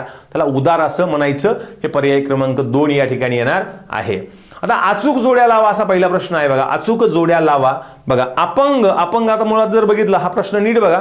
त्या प्रश्नाकडे जर बघितलं तर आपल्याला कळतं की हा प्रश्न काय आहे? विरुद्धार्थी शब्द आहे. अपंगाच्या विरुद्धार्थी काय होणार? धडधाकट, बरोबर का. हा काय आहे? पांगुळ आहे. पांगुळच्या विरोधात कोण? धडधाकट, धट्टाकट्टा जो आहे तो कोण असणार आहे? अपंग, धडधाकट. वाचाळ नाही का, सारखा बोलणारा तो अबोल असणार आहे. भोग, जो भोगतोय यांनी नाकारले तो त्यागी असणार आहे. अनुरूप, इथे अनुरूप शब्द असा पाहिजे होता, अनुरूप, बरोबर का? तो विजोड, म्हणजे अनुरूप म्हणजे काय? दोघांची हाईट सारखीच असेल, जे काय नवरदेव नवरी असतात बघा. विजोड म्हणजे काय? एक खूपच उंच आहे आणि एक खूपच लहान आहे, तो विजोड असणार आहे. म्हणजे या ठिकाणी जर बघितलं डीचं उत्तर 1 1 1 सगळीकडे आहे. अपंग, हा इथे 2 आलं बघा, बरोबर का? म्हणजे इथं काय? वाचाळ, अबोल, भोग, त्याग, उत्तर 3 असणार आहे. तत्परता या शब्दाचा विरुद्धार्थी शब्द खाली पर्यायातून कोणता आहे? तत्परता दाखवणे म्हणजे काम लगेच करणे आणि त्याच्यात विरुद्धार्थी काय लिहिलं? कुचराई. लक्षात घ्या, कुचराई. पुढे बघितलं खालीलपैकी विरुद्धार्थी शब्दाची अयोग्य जोडी कोणती? अयोग्य विचारलेली आहे. काय विचारली? अयोग्य. अवघड सोपे झाले, बरोबर का? माझे विद्यमान, बरोबर आहे. शाश्वत, अल्पकाळ, हे पण बरोबर आहे. दुष्काळ, इथं सुकाळ पाहिजे होतं, लक्षात घ्या, सुकाळ. दुष्काळ, सुकाळ, पर्याय 4 याचं उत्तर येणार आहे. पुरोगामी या शब्दाच्या विरुद्धार्थी शब्दाचा उपयोग खालीलपैकी कोणत्या वाक्यात केला? पुरोगामी म्हणजे आधुनिक विचार स्वीकारणारा जो असतो तो पुरोगामी असतो. त्या पुरोगामीच्या विरुद्धार्थी जर बघितला आपण तर प्रतिगामी असणार आहे. लक्षात घ्या, काय असणार आहे? प्रतिगामी म्हणजे जुनाट विचाराचा, सनातनी, पाखंडवादी, कर्मटवादी जो असतो तो कोण असतो? प्रतिगामी असतो, हे लक्षात घ्यायचं आहे. आणि शेवटचा प्रश्न बघा, योग्य विधान ओळखा असा प्रश्न या ठिकाणी विचारलेला आहे. मग तुम्हाला जर बघितलं मित्रांनो तर काय विधान आहे बघा? वाक्यातील नाम किंवा सर्वनाम यांचे क्रियापदाशी जे संबंध असतात त्यांना कारक असं म्हणतात, बरोबर आहे. वाक्यातील नाम किंवा सर्वनाम यांचा क्रियापदाशी संबंध आहे, कारक अर्थ आहे, बरोबर आहे. क्रियापदाशिवाय संबंध जो आहे तो उपपदार्थ असणार आहे, हे पण बरोबर आहे. आणि नामाचा किंवा सर्वनामाचा क्रियापदाशी जो संबंध असतो त्याला कारक संबंध म्हणतात, हे पण बरोबर आहे. विभक्ती रूपाच्या वाक्यातील शब्दामध्ये संबंध जोडले जातात, विभक्तीचे अर्थ म्हणतात, हे पण बरोबर आहे. म्हणजे सर्व पर्याय बरोबर असणार आहे. विभक्तीचं कामच आहे की वाक्यातील नाम किंवा सर्वनाम यांचा क्रियापदाशी व इतर शब्दाशी ज्या विकारांनी संबंध दाखवला त्या विभक्ती असं म्हणतात. आणि वाक्यातील नामाचा किंवा सर्वनामाचा क्रियापदाशी संबंध त्याला कारक अर्थ म्हणायचं. वाक्यातील नामाचा किंवा सर्वनामाचा इतर शब्दाशी संबंध त्याला उपपदार्थ म्हणायचं. म्हणजे ह्या सगळ्या गोष्टी तुम्हाला माहित असाव्या लागणार आहेत आणि यावर प्रश्न विचारले जातात.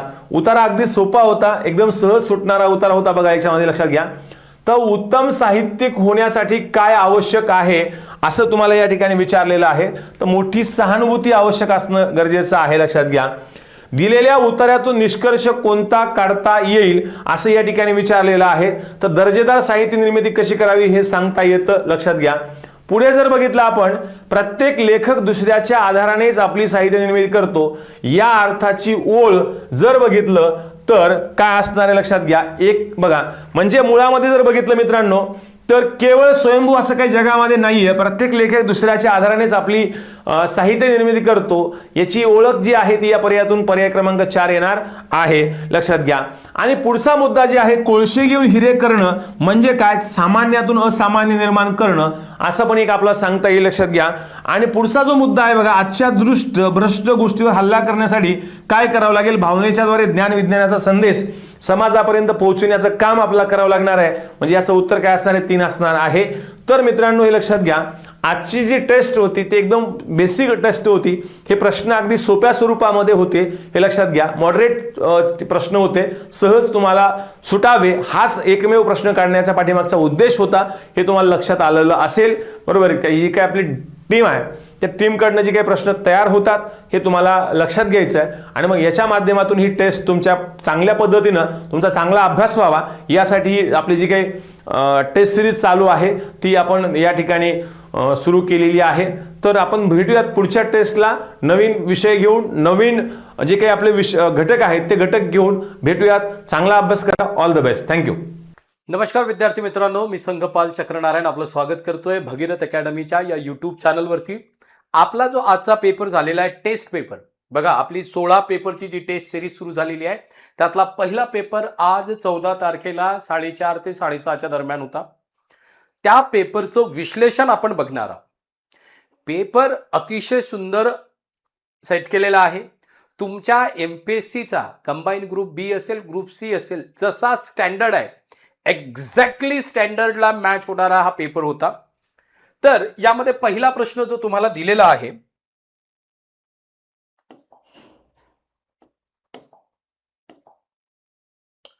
तो आहे identify type of concord in the following sentences. My family are punctual and hard working people. असा हा दिलेला प्रश्न आहे. आपल्याला काय विचारलेलं आहे की identify type of concord in the following sentence. कॉन्कॉर्डचे एक प्रकार असतात. मग आता कॉन्कॉर्डच्या प्रकाराबद्दल जर बोलायचं झाल्यास तर इथं लक्षात घ्या, पहिला दिलेला आहे ग्रॅमॅटिकल कॉन्कॉर्ड. आता ग्रॅमॅटिकल कॉन्कॉर्ड म्हणजे काय, तर हा कॉन्कॉर्ड म्हणजे सब्जेक्ट जसा तसा वर्ब. म्हणजे सब्जेक्ट जर सिंग्युलर असेल, सब्जेक्ट नुसार वर्ब. ठीक आहे, हा काय असतो, सब्जेक्ट नुसार वर्ब जे असतं त्याला म्हटलं जातं ग्रॅमॅटिकल कॉन्कॉर्ड. दुसरा आहे नॅशनल कॉन्कॉर्ड. तर नॅशनल कॉन्कॉर्ड अशी काही कॉन्सेप्ट ग्रॅमरमध्ये नसते. कॉन्कॉर्डचा अर्थ काय होतो ना आधी समजून घ्या. कॉन्कॉर्डचा अर्थ होतो अग्रीमेंट. कॉन्कॉर्डचा अर्थ काय होतो, तर कॉन्कॉर्डचा अर्थ होतो अग्रीमेंट.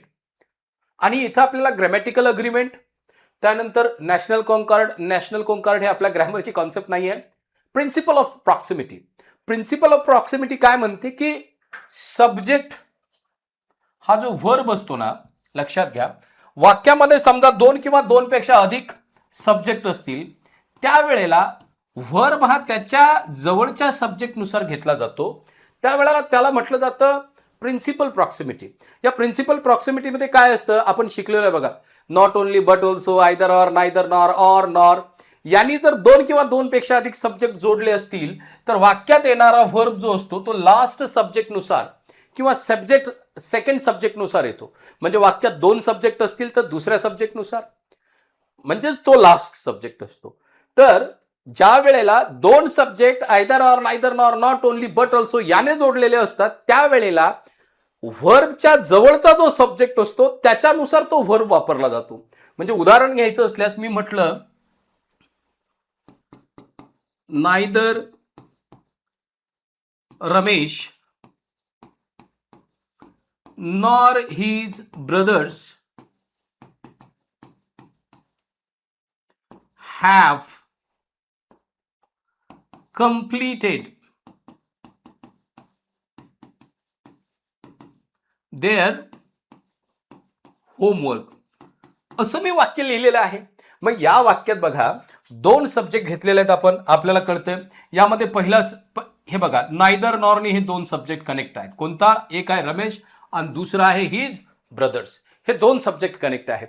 मग याच्यामध्ये हॅवच्या जवळचा सब्जेक्ट बघा कोणता आहे, ब्रदर्स आहे.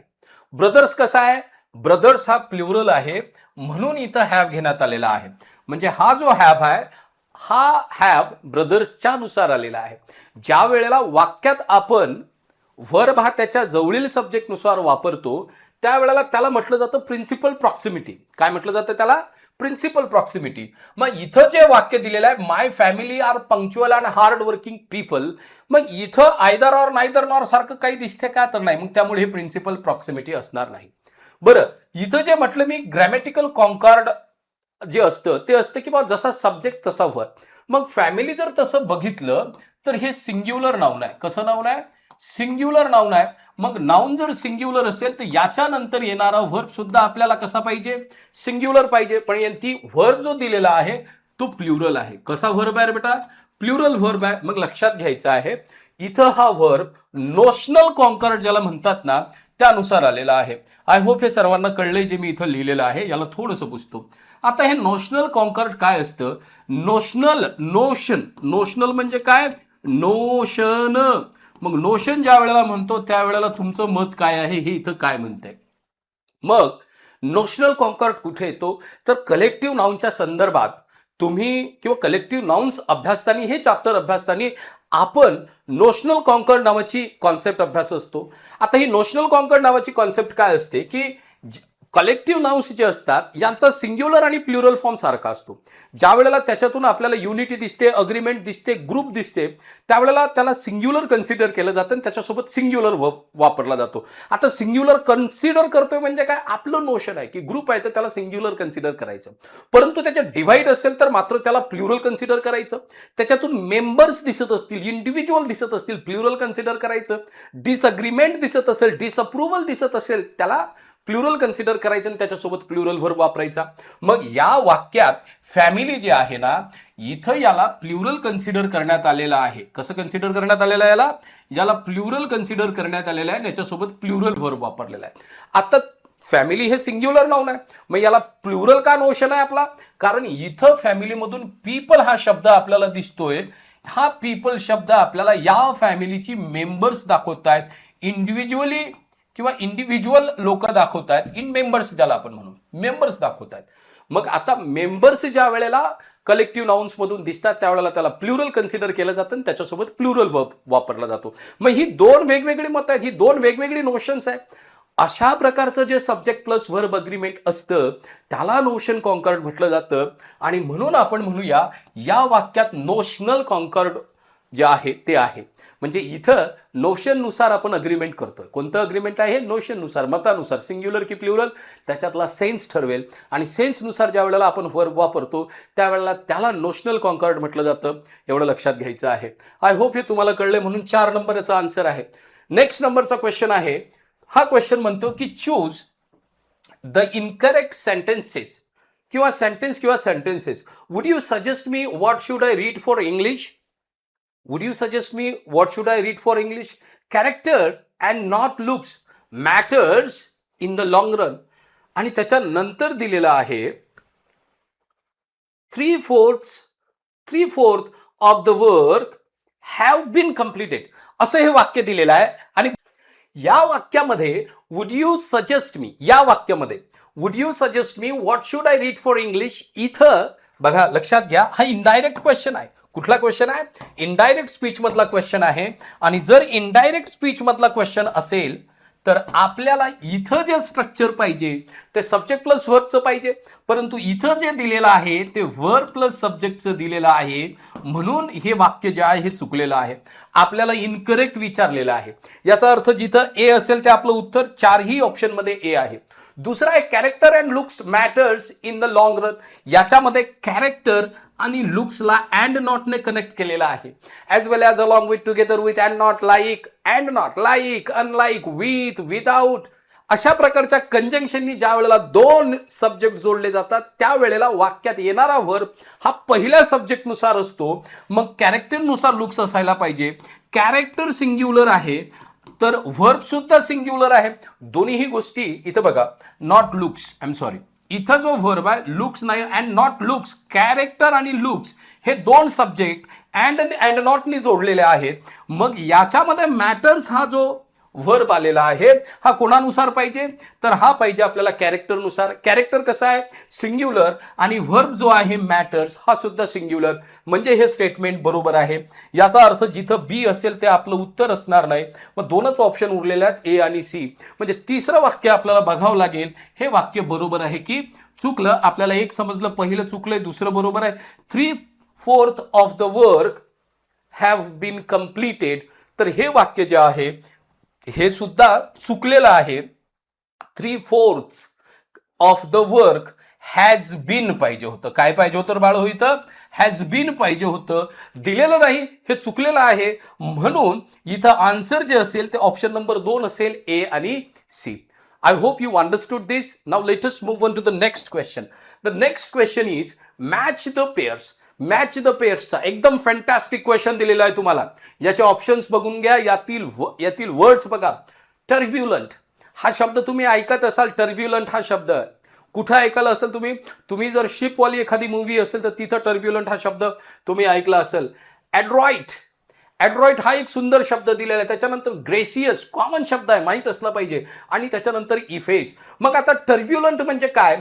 जर टर्ब्युलंट तुम्हाला कळलं तर बाकीचं कळेल. टर्ब्युलंट हे कसं असते? व्हायलन्स, एकदम संकटमय जे असते त्याला टर्ब्युलंट म्हणतात. दुसरा ॲड्रॉइट. मग ॲड्रॉइटचा अर्थ काय होते? तर ॲड्रॉइटचा अर्थ होते स्किल्ड. काय होते याचा अर्थ? स्किल्ड, ज्याच्यात कौशल्य आहे असा. स्किल्ड हा त्याचा अर्थ होता ॲड्रॉइडचा. मग स्किल्ड म्हटलं की याचा सिनोनिम काय आहे? तर याचा सिनोनिम ॲडेप्ट आहे. बरेचदा परीक्षेत विचारलेला आहे हा प्रश्न. मग स्किल्ड, ॲड्रॉइडचा अर्थ होते स्किल्ड, ॲडेप्ट. मग हा याचा सिनोनिम म्हणजे पहिल्याचं पहिलंच आहे, दुसऱ्याचं दुसरं आहे. ग्रेशियस म्हणजे काय? काइंडली होतो. ग्रेशियस म्हणजे काय? डिग्निफाईड होतं. मग आता काइंड, डिग्निफाईड हे अर्थ कशाचे होतात? ग्रेशियस म्हणजे हा जसाच्या तसा याला मॅच होते.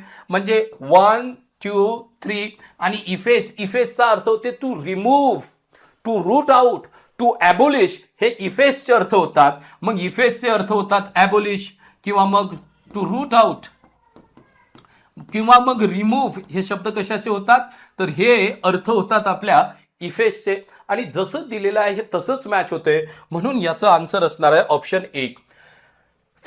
तर इथं नेक्स्ट क्वेश्चन जो दिलेला आहे तो आहे which of the following word is are antonyms with the words merciful. मग मर्सीफुल साठी तुम्हाला कोणता वर्ड अँटोनिम बरोबर वाटतोय, तर लक्षात घ्या मर्सीफुल म्हणजे दयाळू, काइंड. याचा अर्थ काय होतो, दयाळू म्हणजेच काय, काइंड हा अर्थ होतो त्याचा. ठीक आहे. मग कंपॅशनेट ज्याला आपण म्हणू, मग मर्सीफुल याला हार्श येईल का, नाही, हार्श येणार नाही. हार्शचा अर्थ काय होतो, तर याचा अर्थ होतो कठोर. काय होतो याचा अर्थ, कठोर. म्हणजेच काय, स्टर्न. याचा सिनोनिम काय दिलेला इथं, तर याचा सिनोनिम हार्श म्हणजेच काय, स्टर्न. स्टर्न म्हणजेच काय, कठोर. हे दोन्हीही सिनोनिम्स आहेत. मग हे हार्श आणि स्टर्न हे दोन सिनोनिम आहेत, पण मर्सीफुल साठी ते कसे आहेत, तर ते विरोधार्थी आहेत. मग ए आणि डी जे आहे हे आपलं काय असणार आहे, उत्तर असणार आहे जे 1 मध्ये दिलेलं आहे. क्लेमंट म्हणजे काय होतं, तर क्लेमंट म्हणजे मर्सीफुल. क्लेमंट म्हणजे काय होतं, मर्सीफुल म्हणजे हा याच्या जवळचा आहे, मॉडरेट सुद्धा त्याच्याच जवळचा आहे. म्हणून बी आणि सी तर आपलं उत्तर असणार नाही, हे ऑलरेडी इथं क्लिअर झालेलं आहे. त्यामुळे हे ऑप्शन्स आपले उत्तरातले सर्व बाद होतात. उरतं काय, ए आणि डी जे ऑप्शन 1 मध्ये दिलेलं आहे. म्हणून ऑप्शन 1 पर्याय 1 आपलं उत्तर असणार आहे. लक्षात घ्या इथं आपल्याला विचारलेला अँटोनिम्स, सिनोनिम्स विचारलेले नाहीत. नेक्स्ट क्वेश्चन जो आहे तो आहे fill the blank space with a suitable term to make the most acceptable statement. मग या स्टेटमेंटमध्ये everybody look at this statement. हे स्टेटमेंट काय म्हणते, हे स्टेटमेंट म्हणतंय, याला थोडंसं काढतोय मी. हे स्टेटमेंट म्हणतंय a team of expert has been. मग टीम ऑफ एक्सपर्ट काय झालेलं आहे, टीम ऑफ एक्सपर्ट सोबत रिमेंबर एव्हरीबडी. हे म्हणते की पास डाऊन. पास डाऊनचा अर्थ काय होतो, तर पास डाऊनचे लय वेगवेगळे अर्थ होतात. याचा अर्थ येतो टू ट्रान्सफर. काय होतो याचा अर्थ, टू ट्रान्सफर हा अर्थ होते. किंवा टू अनाउन्स समथिंग ऑफिशियली हा सुद्धा पास डाऊनचा अर्थ होतो. मग इथं we are not transferring anything. Put together, put टुगेदरचा अर्थ होते टू कंबाईन. काय अर्थ होतो याचा, टू कंबाईन हा अर्थ होतो. किंवा मग आपण याला म्हणू शकतो assemble, organise, to assemble, to organise, to organise, to add. Add हा सुद्धा याचा अर्थ होऊ शकतो, एवढं लक्षात घ्या. असे याचे वेगवेगळे अर्थ होतात. पुट टुगेदर मग कंबाईन केलेल्या एक्सपर्टची टीम. यस, कंबाईन केलं त्यांनी लोकांना एकत्र. दॅट मीन्स हे बसू शकतं, याला बाजूला ठेव. त्यानंतर ब्रोकअप. ब्रोकअपचे बरेचसे अर्थ होतात. ब्रोकअपचा अर्थ काय होऊ शकते, ब्रेकअपचा अर्थ होते टू एंड रिलेशनशिप. काय अर्थ होऊ शकतो, टू एंड रिलेशनशिप हा एक अर्थ होऊ शकतो. ब्रेकअपचा अर्थ काय होऊ शकतो, to end meeting or work. To end meeting हा सुद्धा होऊ शकते. आणखी काय होऊ शकतो, आणखी याचा अर्थ होऊ शकतो टू स्टॉप वर्किंग. काय होऊ शकतो याचा अर्थ, टू स्टॉप वर्किंग. आणखी होऊ शकतो to divide something in smaller part. काय होऊ शकतो, to divide, to divide something in smaller parts. Are we talking about dividing something into smaller parts? No, we are not talking about. Therefore, option 3 also can't be your answer. Next, put off. What is the next one? Next one is put off, and the meaning of put off is discourage. What is the meaning of put off? Discourage. आणखी काय होऊ शकतं, displays. काय होऊ शकतं, डिस्प्लीज म्हणजे एखाद्याला काय करणे, आनंदी करणे किंवा मग एखाद्याची हिंमत खसवणे हा अर्थ होऊ शकतो. किंवा मग आपण याला म्हणू शकतो डिस्ट्रॅक्ट. काय म्हणू शकतो, डिस्ट्रॅक्ट म्हणू शकतो, एवढं लक्षात घ्या. त्यानंतर आपण असं सुद्धा म्हणू शकतो पोस्टपोन. काय म्हणू शकतो आपण, पोस्टपोन. डिले हा सुद्धा एक त्याचा अर्थ होतो. हे अर्थ होतात पुट ऑफचे. मग यापैकी कुठला तरी एक शब्द आहे का की जो आपल्याला इथं आपल्याला यूज केला जाऊ शकतो. तर हो, तो कोणता आहे, तर तो फक्त पुट टुगेदर आहे. म्हणून पर्याय 2 जे आहे याचं काय असणार आहे, आन्सर असणार आहे, एवढं लक्षात घ्यायचं आहे. Now let us move on to the next question. The next question says recognize the type of sentence and choose the correct option. They are preparing lessons for the upcoming examination. The mob was being controlled in the street. Present continuous tense, active voice काय आहे ते ओळखायचं आहे. मग इथे लक्षात घ्या, recognize the type of sentence. तर टाइप कोणता आहे, they are preparing lessons. That means it is a present continuous tense. मग प्रेझेंट कंटिन्युअस टेन्स 3 ऑप्शन मध्ये दिलेला आहे, 1, 2 आणि 4. तिसऱ्यात दिलेला नाही. त्यामुळे पर्याय क्रमांक 3 जो इथं दिलेला आहे तो आपलं उत्तर असणार नाही. मग उरलेल्यामध्ये हा काय म्हणते, हा कोणता वॉइस आहे, लक्षात घ्या. ज्या वेळेला वाक्यात असं स्ट्रक्चर असेल, एम, इज, आर किंवा वॉज किंवा वेअर किंवा बी किंवा बीन किंवा बीइंग, यापैकी एखादा वर्ब तुम्हाला V3 च्या आधी दिसत असेल, म्हणजे वाक्यात V3 असेल आणि त्याच्या आधी या 8 वर्ब पैकी एक वर्ब असेल, तर ते पॅसिव्ह व्हॉइस, अदरवाईज ते ऍक्टिव्ह व्हॉइस. इथं जे स्ट्रक्चर आहे वॉज बीइंग कंट्रोल्ड दिलेलं आहे. इथं जे दिलेलं आहे आर प्रिपेरिंग, इथं आरच्या नंतर V4 आलेला आहे, म्हणजे हे ऍक्टिव्ह व्हॉइसचं सेंटेन्स आहे. व्हॉइस कोणता या सेंटेन्सचा, ऍक्टिव्ह व्हॉइस आहे. प्रेझेंट कंटिन्युअस ऍक्टिव्ह, परंतु पर्याय क्रमांक 2 मध्ये दिलेला आहे प्रेझेंट कंटिन्युअस आणि पॅसिव्ह, त्यामुळे हे चुकलेलं आहे. तिसऱ्यामध्ये बरोबर दिलेला आहे present continuous active voice. Next sentence आहे the mob was being controlled. मग आता वॉज, त्याच्यानंतर बीइंग आणि त्याच्यानंतर कंट्रोल, हा झालेला आहे बीइंग आणि त्याच्यानंतर कंट्रोल, हा व्हर्बचा थर्ड फॉर्म झालेला आहे. हा बघा इथं दिलेला आहे बीइंग आणि याच्यानंतर व्हर्बचा थर्ड फॉर्म. दॅट मीन्स हे जे स्ट्रक्चर आहे हे पॅसिव्हचं आहे. आणि टेन्स कोणता आहे, तर बीइंग प्लस V3 हा कंटिन्युअस टेन्स दाखवते. कोणता कंटिन्युअस, वॉज म्हणते पास्ट, म्हणजे पास्ट कंटिन्युअस पॅसिव्ह व्हॉइस. मग पास्ट कंटिन्युअस पॅसिव्ह व्हॉइस कुठं दिलेला आहे, पहिल्या ऑप्शन मध्ये दिलेला आहे, चौथ्यामध्ये दिलेलं नाही, म्हणून चौथा पर्याय इथून बाद होतो, उरतं 1 and that is the answer. Next question is choose the antonym to the word in capital in the sentence. There has always been a feeling of friendliness between the two families. आता इथं काय म्हटलेलं आहे त्यांनी, काय antonym विचारलेला आहे, हा फार महत्वाचा आहे. हा अँटोनिम विचारलेला आहे. मग आता इथं कॉम्पिटिशन होणार आहे का, नाही, कॉम्पिटिशन नाही. बिटरनेस हा कडूपणा होतो, पण फ्रेंडलीनेस आणि कडूपणा एक्झॅक्ट आपल्याला जर भेटत असेल कुठला त्यातला ऑप्शन, तो पहिले सिलेक्ट करायचा. बिटरनेस कंटेक्स्चुअली येऊ शकला असता, सस्पेशन होणार नाही. रायव्हलरीचा अर्थ होतो अॅनिमॉसिटी किंवा दुश्मनी, ज्याला आपण म्हणू शत्रुत्व. मग शत्रुत्व हे डायरेक्टली याचं अँटोनिम्स आहे आणि म्हणून याचं उत्तर असणार आहे पर्याय क्रमांक 4. कारण आपल्याला फ्रेंडलीनेसचा काय पाहिजे, एकदम एक्झॅक्ट अपोजिट पाहिजे आणि तो पर्याय 4 मध्ये दिलेला आहे. यानंतर नेक्स्ट क्वेश्चन जो दिलेला आहे तो म्हणते choose the correct passive form the following sentences. हे वाक्य दिलेलं आहे, याच्यातला आपल्याला पॅसिव्ह सेंटेन्स ओळखायचं आहे. मग या वाक्यामध्ये ज्या वेळेला हे आपण वाक्य बघतो, आपल्या लक्षात येईल, बघून घ्या. या वाक्यामध्ये पहिलं वाक्य दिलेलं आहे, इथं बघा काय म्हणते, the renowned archaeologist is currently excavating an ancient Roman villa. Currently is excavating. मग आता इज करंटली एक्सकॅव्हेटिंग काय दाखवतंय आपल्याला, तर हे दाखवतोय आपल्याला प्रेझेंट कंटिन्युअस टेन्स. कुठला टेन्स दाखवतोय आपल्याला, हा दाखवतोय is plus V4 present continuous tense. मग आता याच्यामध्ये द रिनाउंड आर्किओलॉजिस्ट हा काय झालेला आहे, याचा सब्जेक्ट झालेला आहे. काय झालेला आहे, हा रिनाउंड आर्किओलॉजिस्ट हा सब्जेक्ट झालेला आहे. त्याच्यानंतर what is he excavating an ancient Roman villa. मग हे झालेला आहे अन एन्शियंट रोमन विला, हा झालेला आहे याचा ऑब्जेक्ट. काय झालेला आहे, याचा ऑब्जेक्ट झालेला आहे. आणि इथं हा जे दिसतंय हे झालेलं आहे आपलं सब्जेक्ट. काय झालेलं आहे आपलं हे सब्जेक्ट. मग आता थोडंसं समजून घेऊया. काय समजून घ्यायचं आहे की याच्यामध्ये काय होतं ना, सब्जेक्टच्या जागी ऑब्जेक्ट जातो आणि ऑब्जेक्टच्या जागी सब्जेक्ट येतो. मग सुरुवातीला लिहावं लागेल अन एन्शियंट रोमन विला, अन एन्शियंट रोमन विला, अन एन्शियंट रोमन विला, अन एन्शियंट रोमन विला, सर्व वाक्यात आहे.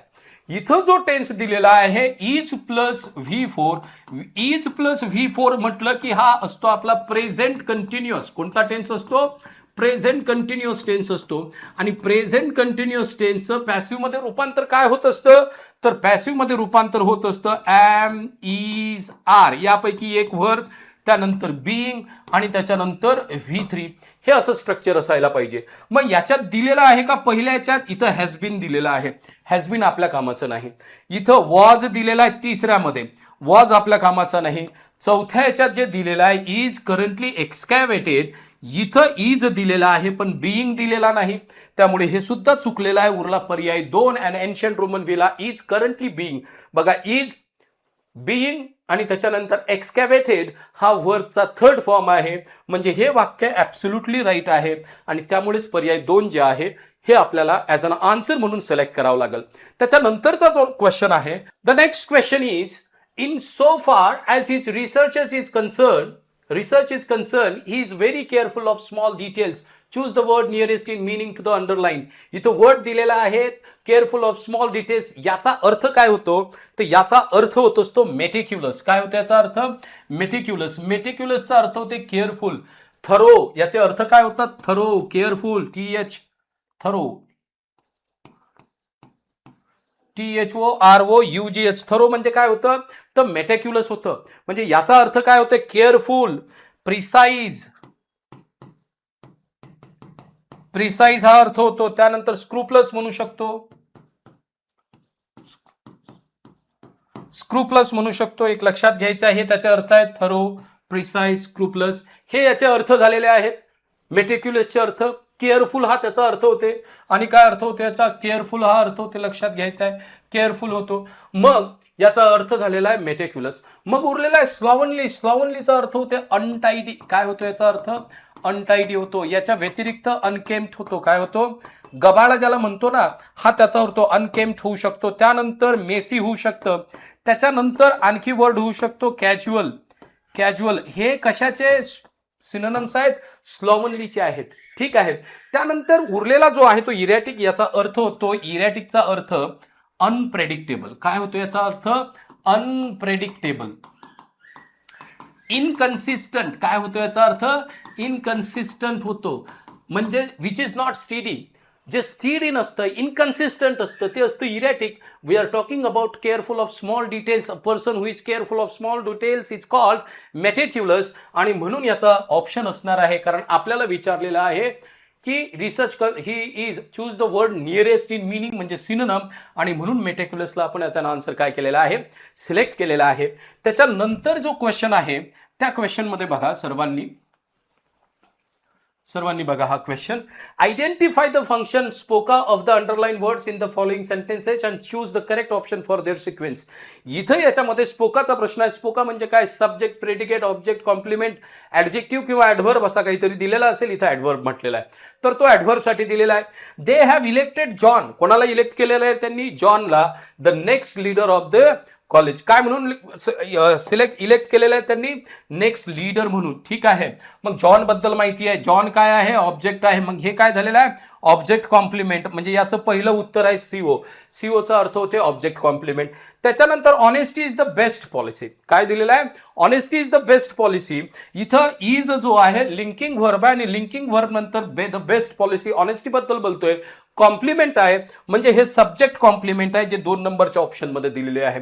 त्यानंतर the company awarded the employee a gold medal. Hmm did company awarded gold medal, तर एम्प्लॉई हा झालेला आहे इनडायरेक्ट ऑब्जेक्ट आणि गोल्ड मेडल हे झालेलं आहे आपलं डायरेक्ट ऑब्जेक्ट. म्हणून पर्याय 2 जे आहे हे याचा आन्सर असणार आहे. जर तुम्हाला समजलं नसेल हे स्पोका काय असते ना, you need to learn it. What is subject, what is object, what is complement, what is predicate. If you have gone through this basic concept मग मात्र हे समजायला सोपं जाते. But if you have not gone through the basic concepts of English language then let me tell you one thing, that this task is going to be tough for you. And म्हणून तुम्हाला मी सांगितलेलं आहे की हे बेसिकचे question जे आहेत ना, हे करण्यासाठी तुम्हाला हे कॉन्सेप्ट शिकणे फार गरजेचं असतं.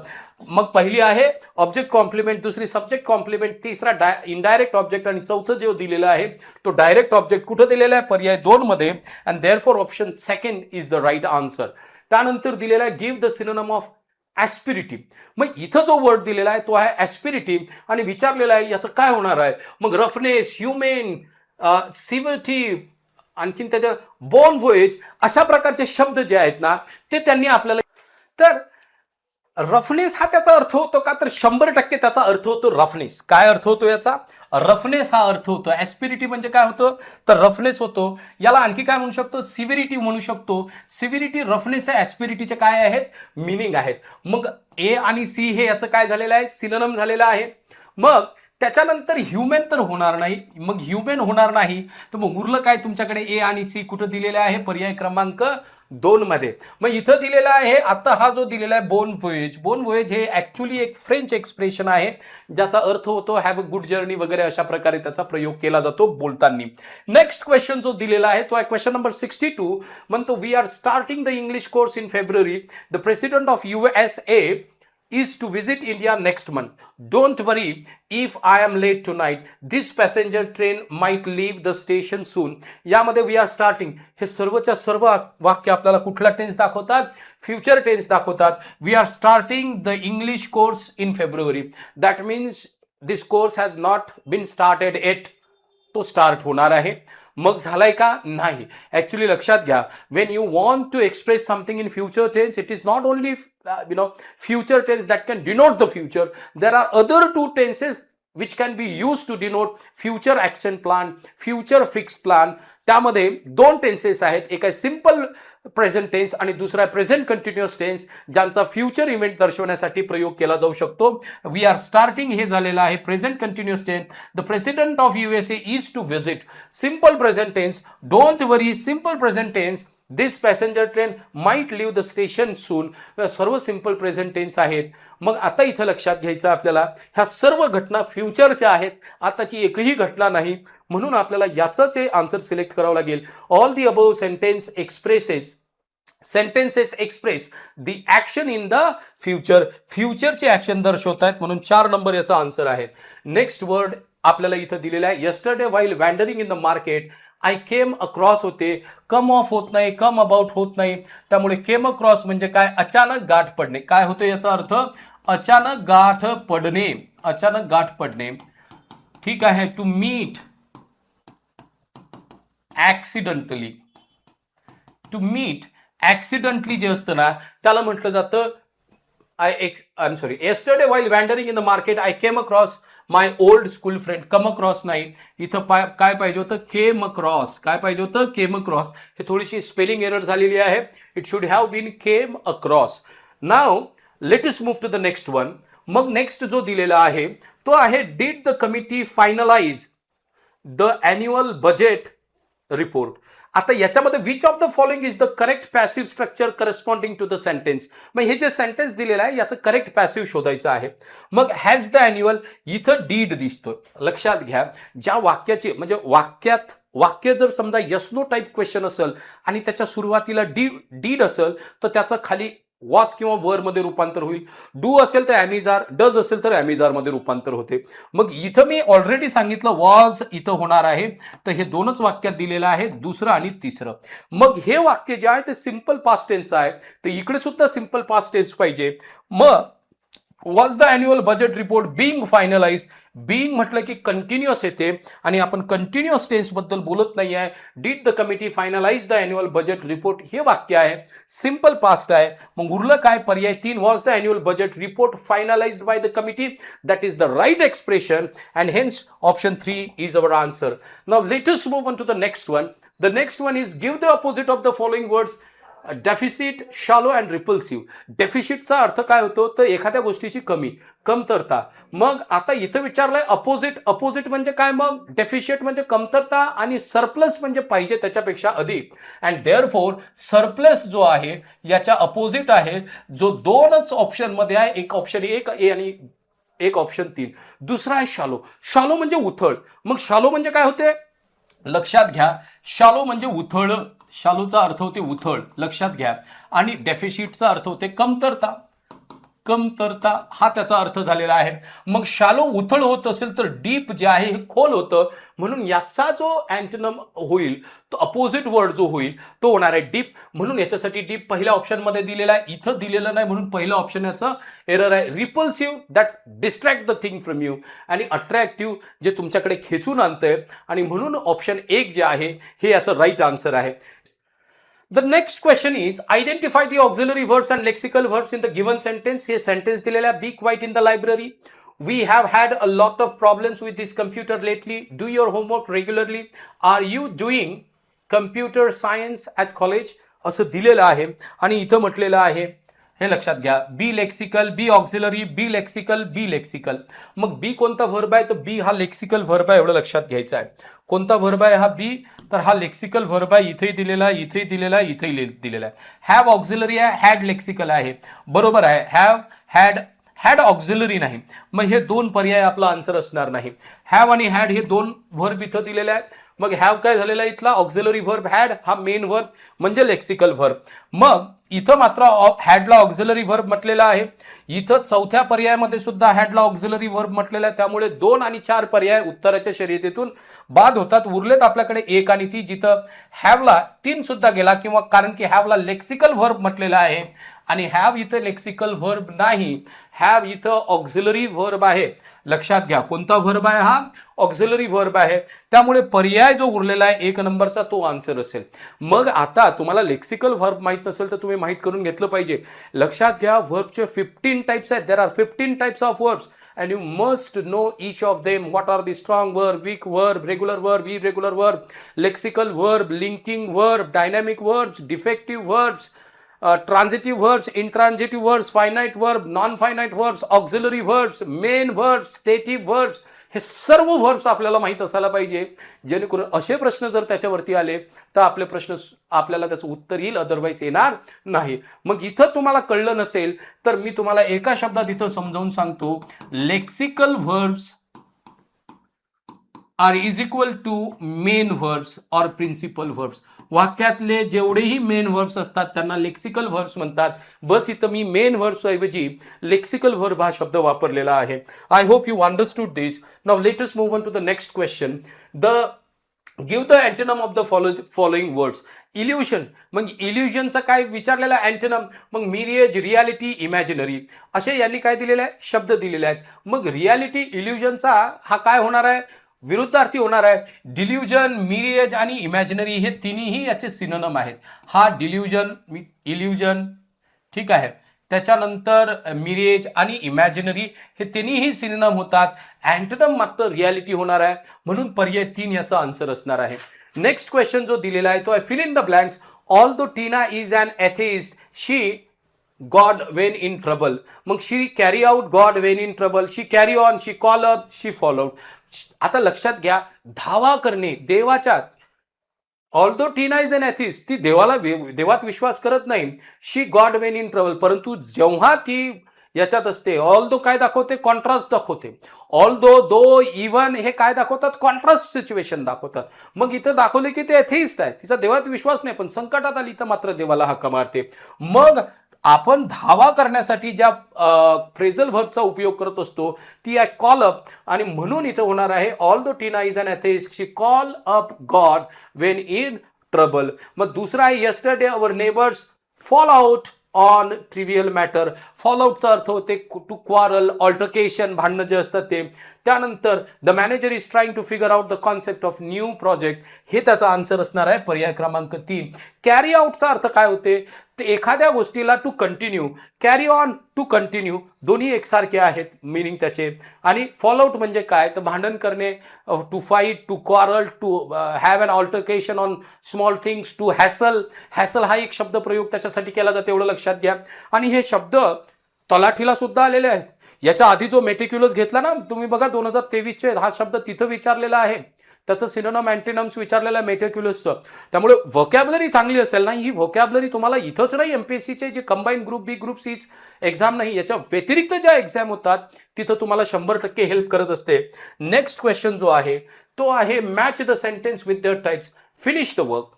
मग फिनिश द वर्क हे कोणतं सेंटेन्स आहे? फिनिश. लक्षात घ्या, वाक्याची सुरुवात जर व्हर्ब न होत असेल, वाक्याची सुरुवात कशानं होत असेल? व्हर्ब न होत असेल तर ते वाक्य इम्परेटिव्ह सेंटेन्स असतं. कोणतं सेंटेन्स असतं? इम्परेटिव्ह. मग तुम्ही म्हणाल येस नो टाईपची येस नो टाईपचं असेल तर त्याची सुद्धा व्हर्ब न होते, ते इंटरोगेटिव्ह सेंटेन्स असते. व्हर्ब न सुरू होणारं वाक्य त्याच्या शेवटी, त्या वाक्याच्या शेवटी जर तुम्हाला क्वेश्चन मार्क दिसत असेल तर ते इंटरोगेटिव्ह सेंटेन्स, फुल स्टॉप दिसत असेल तर ते इम्परेटिव्ह सेंटेन्स. इथं फुल स्टॉप दिलेला बहुतेक टाईप करायला विसरलेत. क्वेश्चन मार्क नाही म्हणजे फुल स्टॉप आहे. Finish the work, finish the work. मी म्हटलं finish the work, that means I am commanding you, I am giving you an order. And जेव्हा तुम्ही कोणाला ऑर्डर करता त्यावेळेला मात्र ते काय असतं, ते तुमचं इम्परेटिव्ह सेंटेन्स असतं. आणि ते 4 नंबर दिलेला आहे. कुठं आहे? इथं आणि इथं. 3 आणि 4 मध्ये दिलेलं नाही. इथं सुद्धा सारखं आहे. मग 2 पैकी एक आहे. इथपर्यंत ठीक आहे. व्हॉट अ ब्युटिफुल सनसेट, हे कोणतं आहे? तर हे एक्सक्लेमेटरी आहे. एक्सक्लेमेटरी मार्क आहे म्हणजे एक्सक्लेमेटरी सेंटेन्स आहे. Next, the police should investigate this case. मग द पोलीस इथला काय झालेला आहे? सब्जेक्ट शुड आणि इन्व्हेस्टिगेट काय झालेला आहे? व्हर्ब्स झालेले आहेत. त्याच्यानंतर हे अदर वर्ड्स आलेले आहेत. मग आता म्हणजे ऑब्जेक्ट आहे पण मी अदर वर्ड लिहिलं. धिस केस काय आहे? ऑब्जेक्ट आहे. हे असं का लिहिलं? ज्यांनी आपली बॅच, ज्याने आपले ग्रॅमरचे लेक्चर्स बघितले त्यांना कळेल. मग आता सब्जेक्ट प्लस वर्ब प्लस ही मांडणी कशाची असते? तर हे डिक्लेरेटिव्ह किंवा अझर्टिव्ह सेंटेन्सची मांडणी असते. मग याच्यासाठी 2 नंबर हा पर्याय पाहिजे. इथं 1 नंबर दिलेला आहे पण इथं मात्र 2 नंबर दिलेला आहे. म्हणून पर्याय 1 जे आहे हे याचं आन्सर असणार आहे. Now let us next move to the next question. Which of the following can be the meaning of propagate? मग आता propagate, promote widely, spread, dominate. आता यापैकी कोणता अर्थ याचा होणार आहे? तर प्रोपोगेटचा अर्थ होते एखाद्या गोष्टीचा प्रचार करणे. काय होते प्रोपोगेट? एखाद्या गोष्टीचा message पसरवणे.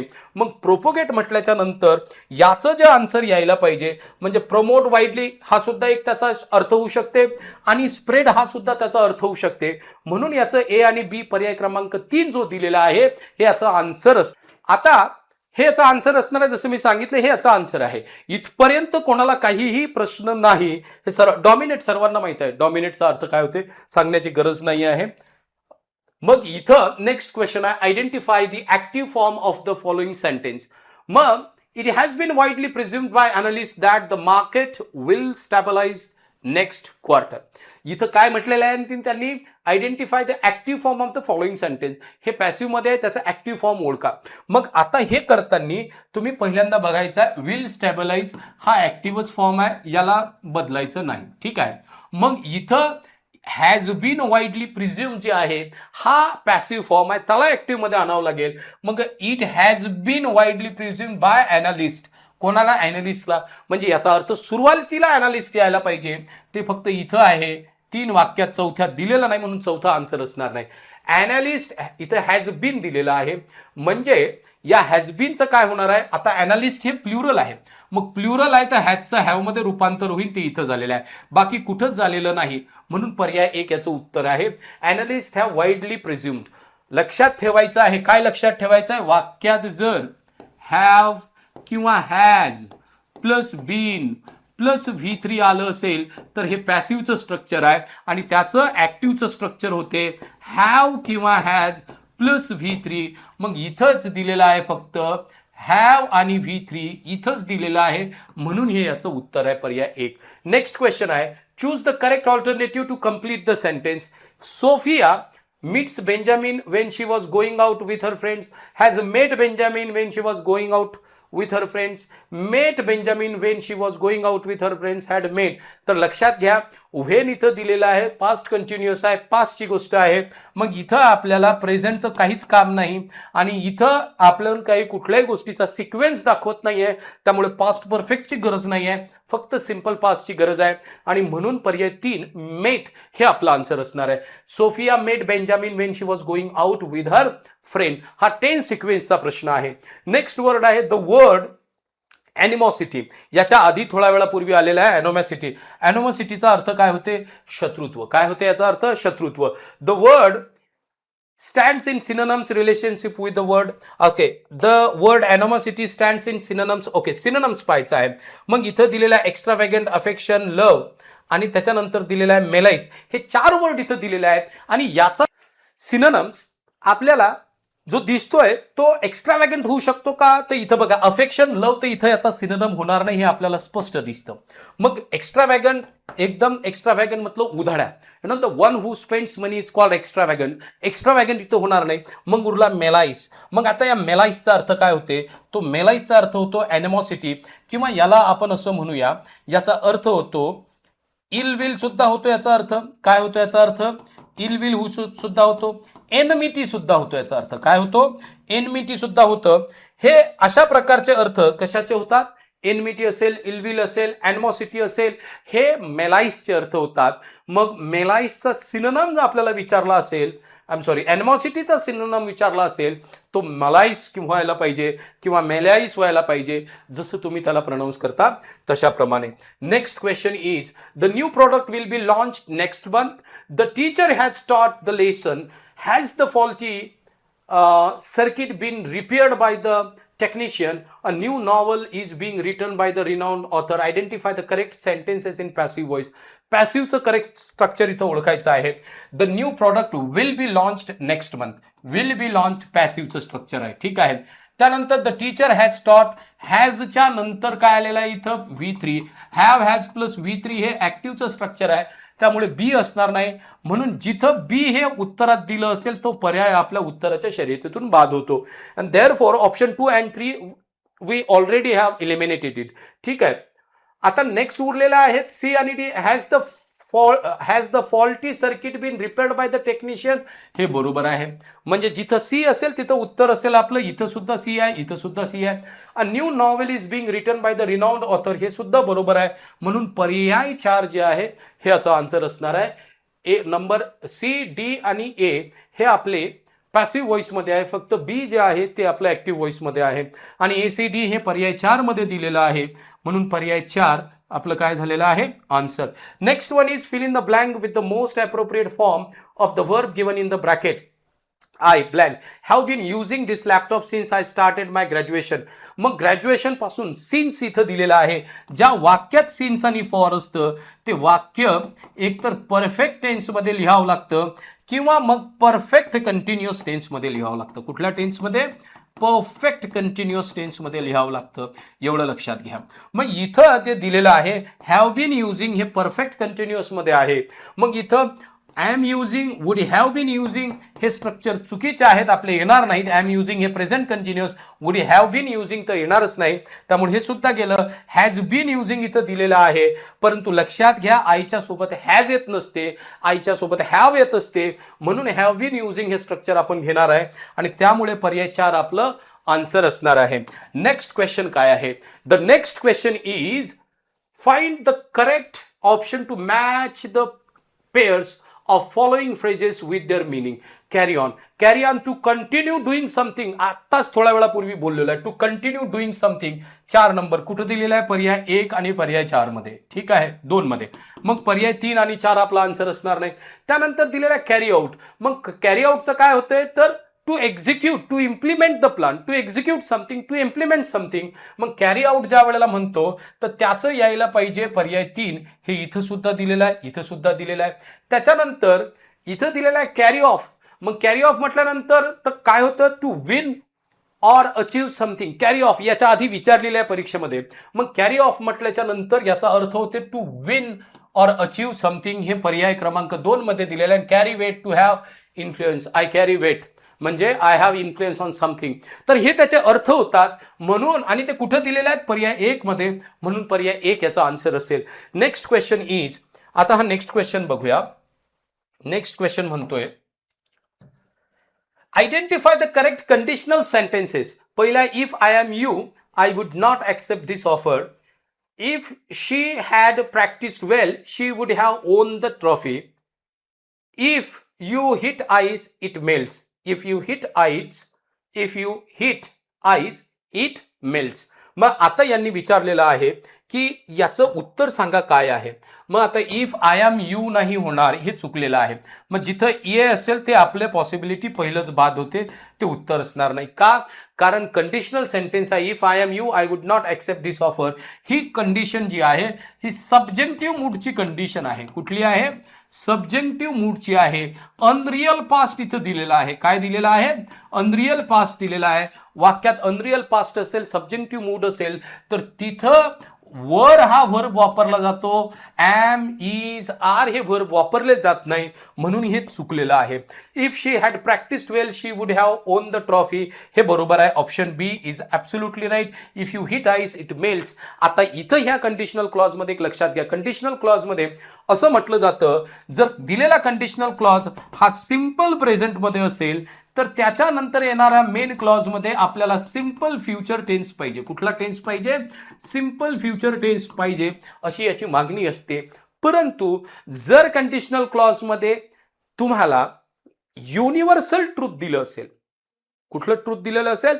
Permanent truth, universal truth, आपण त्याला म्हणू सायंटिफिक ट्रूथ, असं जर दिलं असेल तर मात्र इथं सिंपल फ्युचर टेन्स वापरला जाणार नाही, तिथं सुद्धा सिंपल प्रेझेंट येईल. आणि इथं if you heat ice it melts हे सायंटिफिक ट्रूथ आहे, आणि म्हणून पर्याय सी जो आहे तो ॲब्सोल्युटली राईट आहे. मग तो 3 नंबरमध्ये दिलेला आहे, बी आणि सी, आणि म्हणूनच आपण option 3 only B and C हे आन्सर म्हणून सिलेक्ट करणार आहोत. Next question. आता नेक्स्ट क्वेश्चन आहे, हे झालेलं आहे ॲक्च्युली, कॅरी वेट हा सेकंड टाइम आलेला आहे. इफ आय एम यू हा रिपीट झालेला आहे. 78. Choose the correct passive form of the following sentence. It was time to say our prayers. ठीक आहे, it was time to say, choose the correct passive voice. मग it was time to say, it is time to be say our prayers, it is time for our prayers to be said, it was time for our prayers to be said, it was time our prayers to be said. लक्षात घ्या, यामध्ये जे passive दिलेलं आहे हे इन्फिनिटिव्हचं passive आहे, आणि इन्फिनिटिव्हचं passive करताना इथला तर इट वॉज टाइम आहे, तर त्याचं इट इज टाइम मध्ये रूपांतर होणार आहे का? नाही, टेन्स चेंज नाही करत पॅसिव्ह व्हॉइसमध्ये. परंतु इथं मात्र पहिल्या 2 वाक्यात टेन्स चेंज झालेले आहेत, त्यामुळे ते आपला आन्सर असणार नाही. मग उरलं काय? इट वॉज टाइम आणि दुसरा इट वॉज टाइम, दोन्ही बरोबर आहे. It was time for what? For our prayers to say our prayers, not for our prayers to be said. मग वेळ कशाचा होता? For our prayers. It is time our prayers नाही होणार, ते फॉर अवर प्रेयर्स. मग हे इथं दिलेलं आहे पर्याय 3 मध्ये, म्हणून पर्याय 3 याचा आन्सर असणार आहे. The next question is give the opposite of the following words persecute. आता पर्सिक्युएटचा अर्थ काय होतो? पर्सिक्युएटचा अर्थ होते एखाद्याला छेडणे. काय होतं एखाद्याला? To treat somebody unfairly, to treat somebody unfairly, किंवा क्रुएली ज्याला आपण म्हणू, निर्दयपणे किंवा छळणे, टू ऑपरेस हा त्याचा अर्थ होते. काय होतो त्याचा अर्थ? टू ऑपरेस हा सुद्धा एक अर्थ होतो, टू ऑपरेस, एखाद्याला छळणे.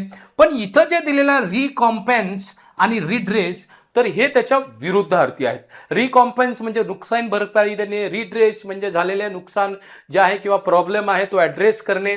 मग इथं हे दोन्हीही त्याचे उत्तर असतील, पर्याय 1 आणि पर्याय 2. टॉर्मेंट म्हणजे काय? टॉर्मेंटचा अर्थ होतो यातना देणे, ठीक आहे, किंवा एखाद्याला छळणे. तर मग छळणे किंवा यातना देणे हे याचे सिनोनिम होतात. आपल्याला अँटोनिम विचारलेले आहे, पर्याय क्रमांक 2 मध्ये दिलेले आहेत, म्हणून पर्याय 2 आपला आन्सर असणार आहे. नेक्स्ट क्वेश्चन आहे, they asked me the reason of my failure. मग चेंज दिस सेंटेन्स इनटू पॅसिव्ह व्हॉइस. मग आता they asked me the reason of my failure जे आपल्याला दिसतंय, इथं आपल्या लक्षात येईल दे हा सब्जेक्ट आहे, मी आणि the reason of my failure हे ऑब्जेक्ट आहे. म्हणजे याला पॅसिव्ह करताना 2 प्रकारे करता येईल. पहिल्यांदा मी किंवा the reason of my failure घेतलं जाईल, the reason of my failure, the reason of my failure, आणि इथं घेतलेला आहे. दुसरी महत्वाची गोष्ट आपण इथं चेक केलेली आहे की इथला जो टेन्स आहे तो सिंपल पास्ट टेन्स आहे. कुठला टेन्स आहे? सिंपल पास्ट टेन्स आहे, कारण इथं व्हर्बचा सेकंड फॉर्म दिलेला आहे. आता महत्वाची गोष्ट आहे, याचं जर पॅसिव्ह करायचं असेल तर आपल्याला वॉज, वेअर प्लस V3 पाहिजे, हे स्ट्रक्चर पाहिजे. बघूया कुठं कुठं हे स्ट्रक्चर आहे. वॉज किंवा वेअर प्लस V3 जिथं हे स्ट्रक्चर दिलं असेल ते आपलं आन्सर असेल. मग इथं दिलेलं आहे का वॉज प्लस V3? इथं आहे, इथं आहे, इथं आहे, इथं आहे, सर्वच ठिकाणी आहे. मग प्रॉब्लेम काय आहे? स्ट्रक्चर बघूया. तर reason of my failure was asked to me, हे बरोबर आहे. मग तुम्ही म्हणाल सर बाय देम तिथं दिलेलं नाही.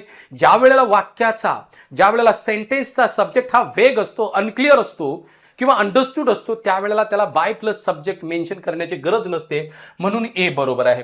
मग जिथं ए असेल ते आपलं उत्तर पर्याय 2 मध्येच दिलेलं आहे, म्हणून ए आणि सी हे उत्तर आहे आपलं, बाकीचं उत्तर असणार नाही. पण तरी सुद्धा समजून घेणार, the reason of my failure to me was asked येणार नाही, दोन्ही ऑब्जेक्ट इकडे घ्यायचा नसतो, एकच ऑब्जेक्ट घ्यावा लागतो, पण इथं दोन्ही घेतलेले आहेत म्हणून हे चुकलेलं आहे.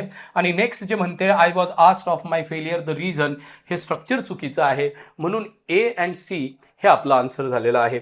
नेक्स्ट क्वेश्चन इज, लक्षात घ्यायचं आहे, match the sentence with the conditions they express. मग आता लक्षात घ्या, इथं if you heat water to 100 degree Celsius it boils. मग ही कोणती कंडिशन आहे? तर ही युनिव्हर्सल ट्रूथ आहे, म्हणजे हे झिरो किंवा युनिव्हर्सल ट्रूथ आहे. If I were the prime minister I would end poverty. मग इथं कंडिशन आहे, कशी आहे? अनरियल पास्टची आहे, इम्प्रोबेबल कंडिशन आहे, इमॅजिनरी कंडिशन आहे. आणि ज्या वेळेला इम्प्रोबेबल किंवा इमॅजिनरी कंडिशन असते त्यावेळेला ती सब्जेक्टिव्ह मूडमध्ये एक्सप्रेस केली जाते, एवढं लक्षात घ्यायचं आहे. आणि इथं सब्जेक्टिव्ह मूड दिसते कारण आयच्या सोबत इथं काय आलेलं आहे? वेअर आलेलं आहे, म्हणून हे आपलं इम्प्रोबेबल आहे. If it rains the match will be cancelled, हे प्रोबेबल आहे, लाईकली कंडिशन आहे. मग आपल्याला लक्षात आलेलं आहे की पहिल्याचं 2 आहेत, दुसऱ्याचं 3 आहे आणि लास्टवाल्याचं पहिलं आहे जे पर्याय 1 मध्ये दिलेलं आहे, म्हणून पर्याय क्रमांक 1 आपला आन्सर असणार आहे. त्याच्यानंतर match the pair of the given antonym. आता इथं दिलेलं आहे कंटेम्प्ट, इथं दिलेला आहे इंट्रिन्सिक आणि दुसरा आहे गॅलंट इन्सिपिड. आता लक्षात घ्या, या शब्दाचे अर्थ जर तुम्हाला कळले तर तुम्हाला सर्व गोष्टी कळतील, अदरवाईज कळणार नाही. ज्या वेळेला मी म्हटलं इन्सिपिड, तर इन्सिपिडचा अर्थ होते बेचव. काय होते याचा अर्थ? टेस्टलेस, बेचव. मग आता इन्सिपिडचा अर्थ जर टेस्टलेस होत असेल, टेस्टलेस, तर मग याचा अर्थ डेलिशियस कसं झालेलं आहे? याच्यासाठी सिनोनिम झालेला आहे. मग डी साठी 3 कुठं दिलेला आहे? तर 3 इथं दिलेला आहे, इथं दिलेला आहे. गॅलंटचा अर्थ काय होतो? तर गॅलंटचा अर्थ होतो शूर, ब्रेव, ठीक आहे, स्टर्डी. मग गॅलंटचा अर्थ जर स्टर्डी होत असेल, शूर होत असेल, ब्रेव होत असेल, तर याचा अँटोनिम्स काय होणार आहे?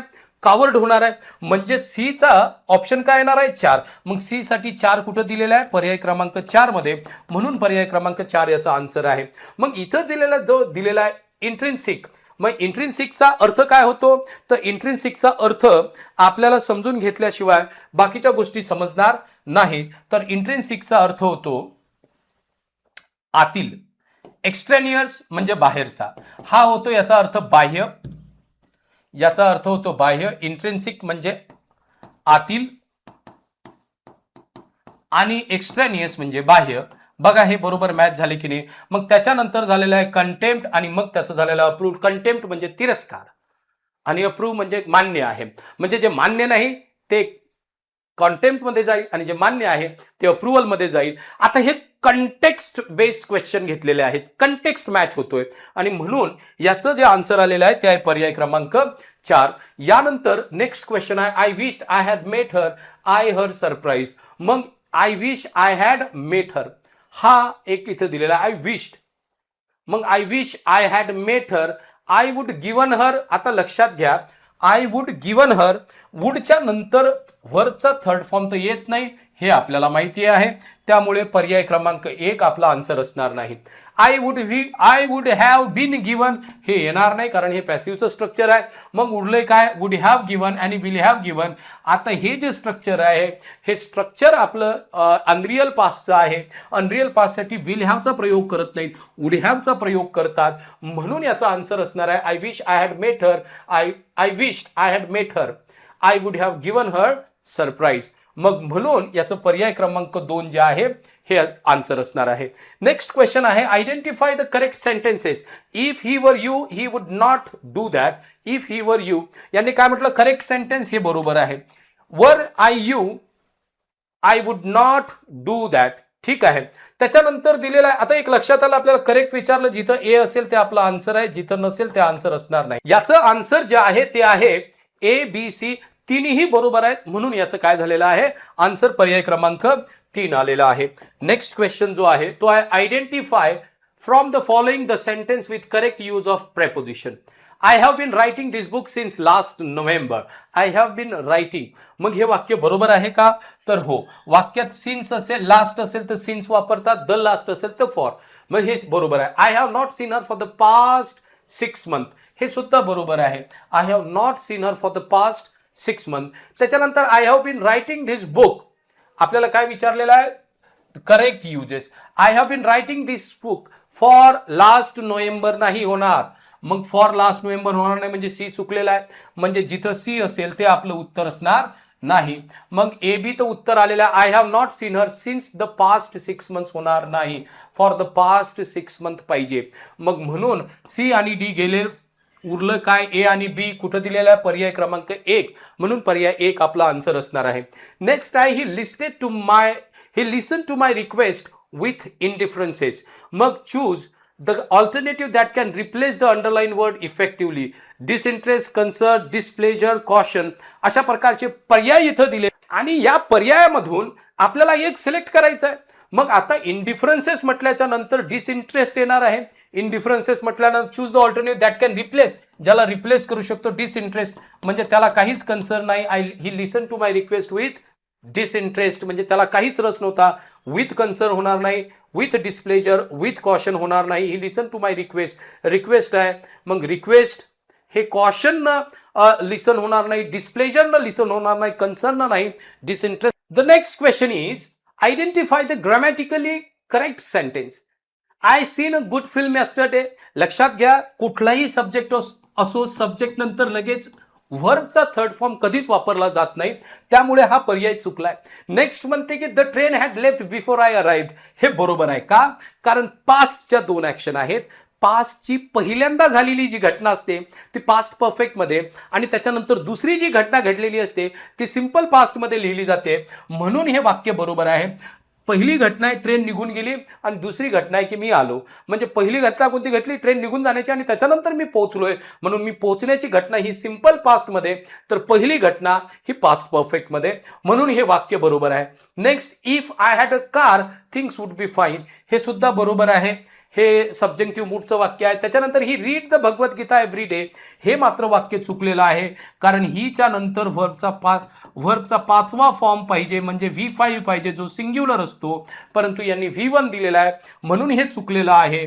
मग चुकलेलं कोणतं आहे? पहिलं आणि चौथं म्हणजे ए आणि डी.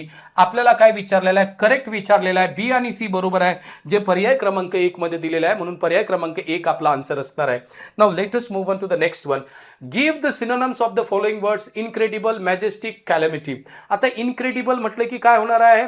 ॲडिपॉज होणार आहे का? ग्रँड होणार आहे का? अनबिलिव्हेबल तो बरोबर आहे. मॅजेस्टिक, बिलाइन, ग्रँड काय होणार आहे? मॅजेस्टिकचा अर्थ, तर मॅजेस्टिकचा अर्थ होणार आहे ग्रँड. आणि त्याच्यानंतर कॅलॅमिटी, तर कॅलॅमिटीचा अर्थ होते डिझास्टर. हे 3 मध्ये दिलेलं आहे म्हणून 3 नंबर जे आहे हे आपलं आन्सर आहे. Next question, which of the following is grammatically correct. इथं 3 वाक्य दिले आहे. Had he non the truth he would have reacted differently. If he had known the truth he would react differently. If he knew the truth he would have reacted differently. हे 3 वाक्य दिलेले आहे. Had he non the truth past perfect, he would have reacted differently. हे बरोबर आहे. मग यांनी काय विचारलेलं? करेक्ट विचारलेलं आहे grammatically. If he had known the truth he would react, हे चुकलेलं आहे. हॅड प्लस नोन म्हणजे पास्ट परफेक्ट आहे. कंडिशनल क्लॉज मध्ये पास्ट परफेक्ट असेल तर मेन क्लॉज मध्ये would have, should have, could have हे एक्सप्रेशन वापरतात. इथं मात्र वुडच वापरलेलं आहे म्हणून चुकलंय. If he knew the truth he would have reacted. आता इकडे जर सिंपल पास्ट असेल तर इकडे फक्त आपल्याला वुड पाहिजे, वुड हॅव लागत नाही म्हणून हे सुद्धा चुकलेलं आहे. मग राईट फक्त एकच आहे ते म्हणजे पर्याय 1, ओनली ए. म्हणून ओनली ए आपलं इथं काय असणार आहे? आन्सर असणार आहे. Next question is 91. Choose the appropriate synonym for resentment from the options given below. तर कॉन्जेनियल, डिस्प्लेजर, रिपल्सिव्ह, स्वे हे असे वर्ड दिलेले आहेत. आणि रिसेंटमेंट म्हणजे काय? तर रिसेंटमेंटचा अर्थ होतो डिस्प्लेजर. म्हणजे एखाद्या गोष्टीची खदखद मनात जी असते ना त्याला रिसेंटमेंट म्हणतात. एवढं चालू झालेलं आहे. Choose the appropriate synonym for the resentment from the options given below. रिसेंटमेंटचा अर्थ होतो डिस्प्लेजर. रिसेंटमेंटचा अर्थ काय होतो? डिस्प्लेजर. कुठं दिलेला आहे? पर्याय 2 मध्ये. म्हणून पर्याय 2 याचा आन्सर असणार आहे. नेक्स्ट क्वेश्चन आहे, which one of the following is not a type of regular verb. Regular verb म्हणजे काय? A verb which takes D और ED at its end in order to change its form into past tense or past participle is called a regular verb. मग आता ज्याला हे लागत नाही त्याला कुठलं वर्ब म्हटलं जातं? इरेग्युलर. मग आता इरेग्युलर वर्ब म्हणजे काय? जो या पर्यायाला आपल्या शेवटी घेत नाही. The verbs which don't take these suffixes at their end in order to change their form into past tense or past participle are called irregular verbs. मग ते रेग्युलर नसतात. मग इथं दिलेला आहे फॉल, फॉलचा होतो फेल आणि नंतर होतं फॉलर. एवढं लक्षात घ्यायचं आहे. त्याच्यानंतर नेक्स्ट क्वेश्चन जो आहे तो आपण बघणार आहोत. ऍक्च्युली सॉल्व्ह केला होता बट रेकॉर्डिंगच राहिलेली आहे याची. Spot the part in which there is error in the following sentence. The social foundation has receiving the wealthy most of its money through donations from. हे वाक्य ऍक्च्युली याच्यामध्ये दोन एरर आहेत. एक तर हॅज रिसिव्हिंग आणि हे बी आणि सी एरर आहे. मग इथं दोन पर्याय नाही त्यामुळे हा क्वेश्चन कॅन्सल करूया आपण. त्याचं कारण आहे इथं पाहिजे होतं रिसिव्ड आणि इथं हा द वेल्दी जो आहे ना हा वाक्याच्या शेवटीचा भाग आहे द वेल्दी, पण तो मध्येच आलेला आहे द वेल्दी.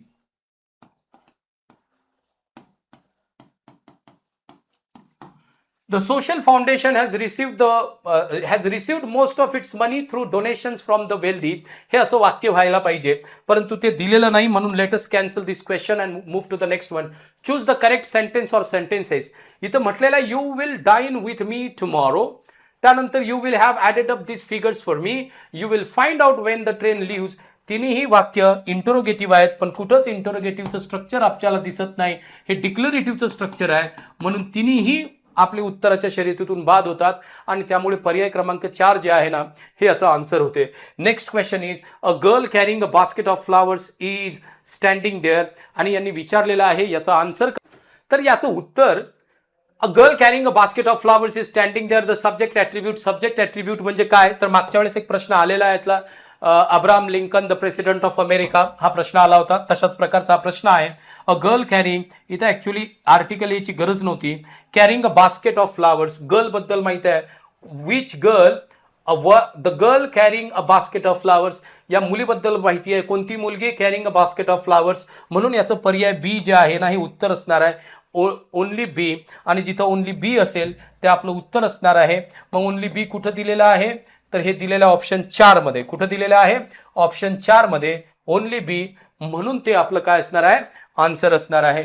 विद्यार्थी मित्रांनो याच्यानंतर हे जे क्वेश्चन्स दिलेले आहेत याचे फक्त मी पटापट तुम्हाला आन्सर्स देतो हे तुम्ही बघून घ्याल.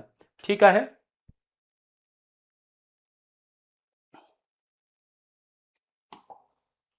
96चं दुसरं आहे, 97चं सुद्धा दुसरं आहे, 98चं दुसरं आहे, त्यानंतर 99चं दुसरं आणि 100चं तिसरं.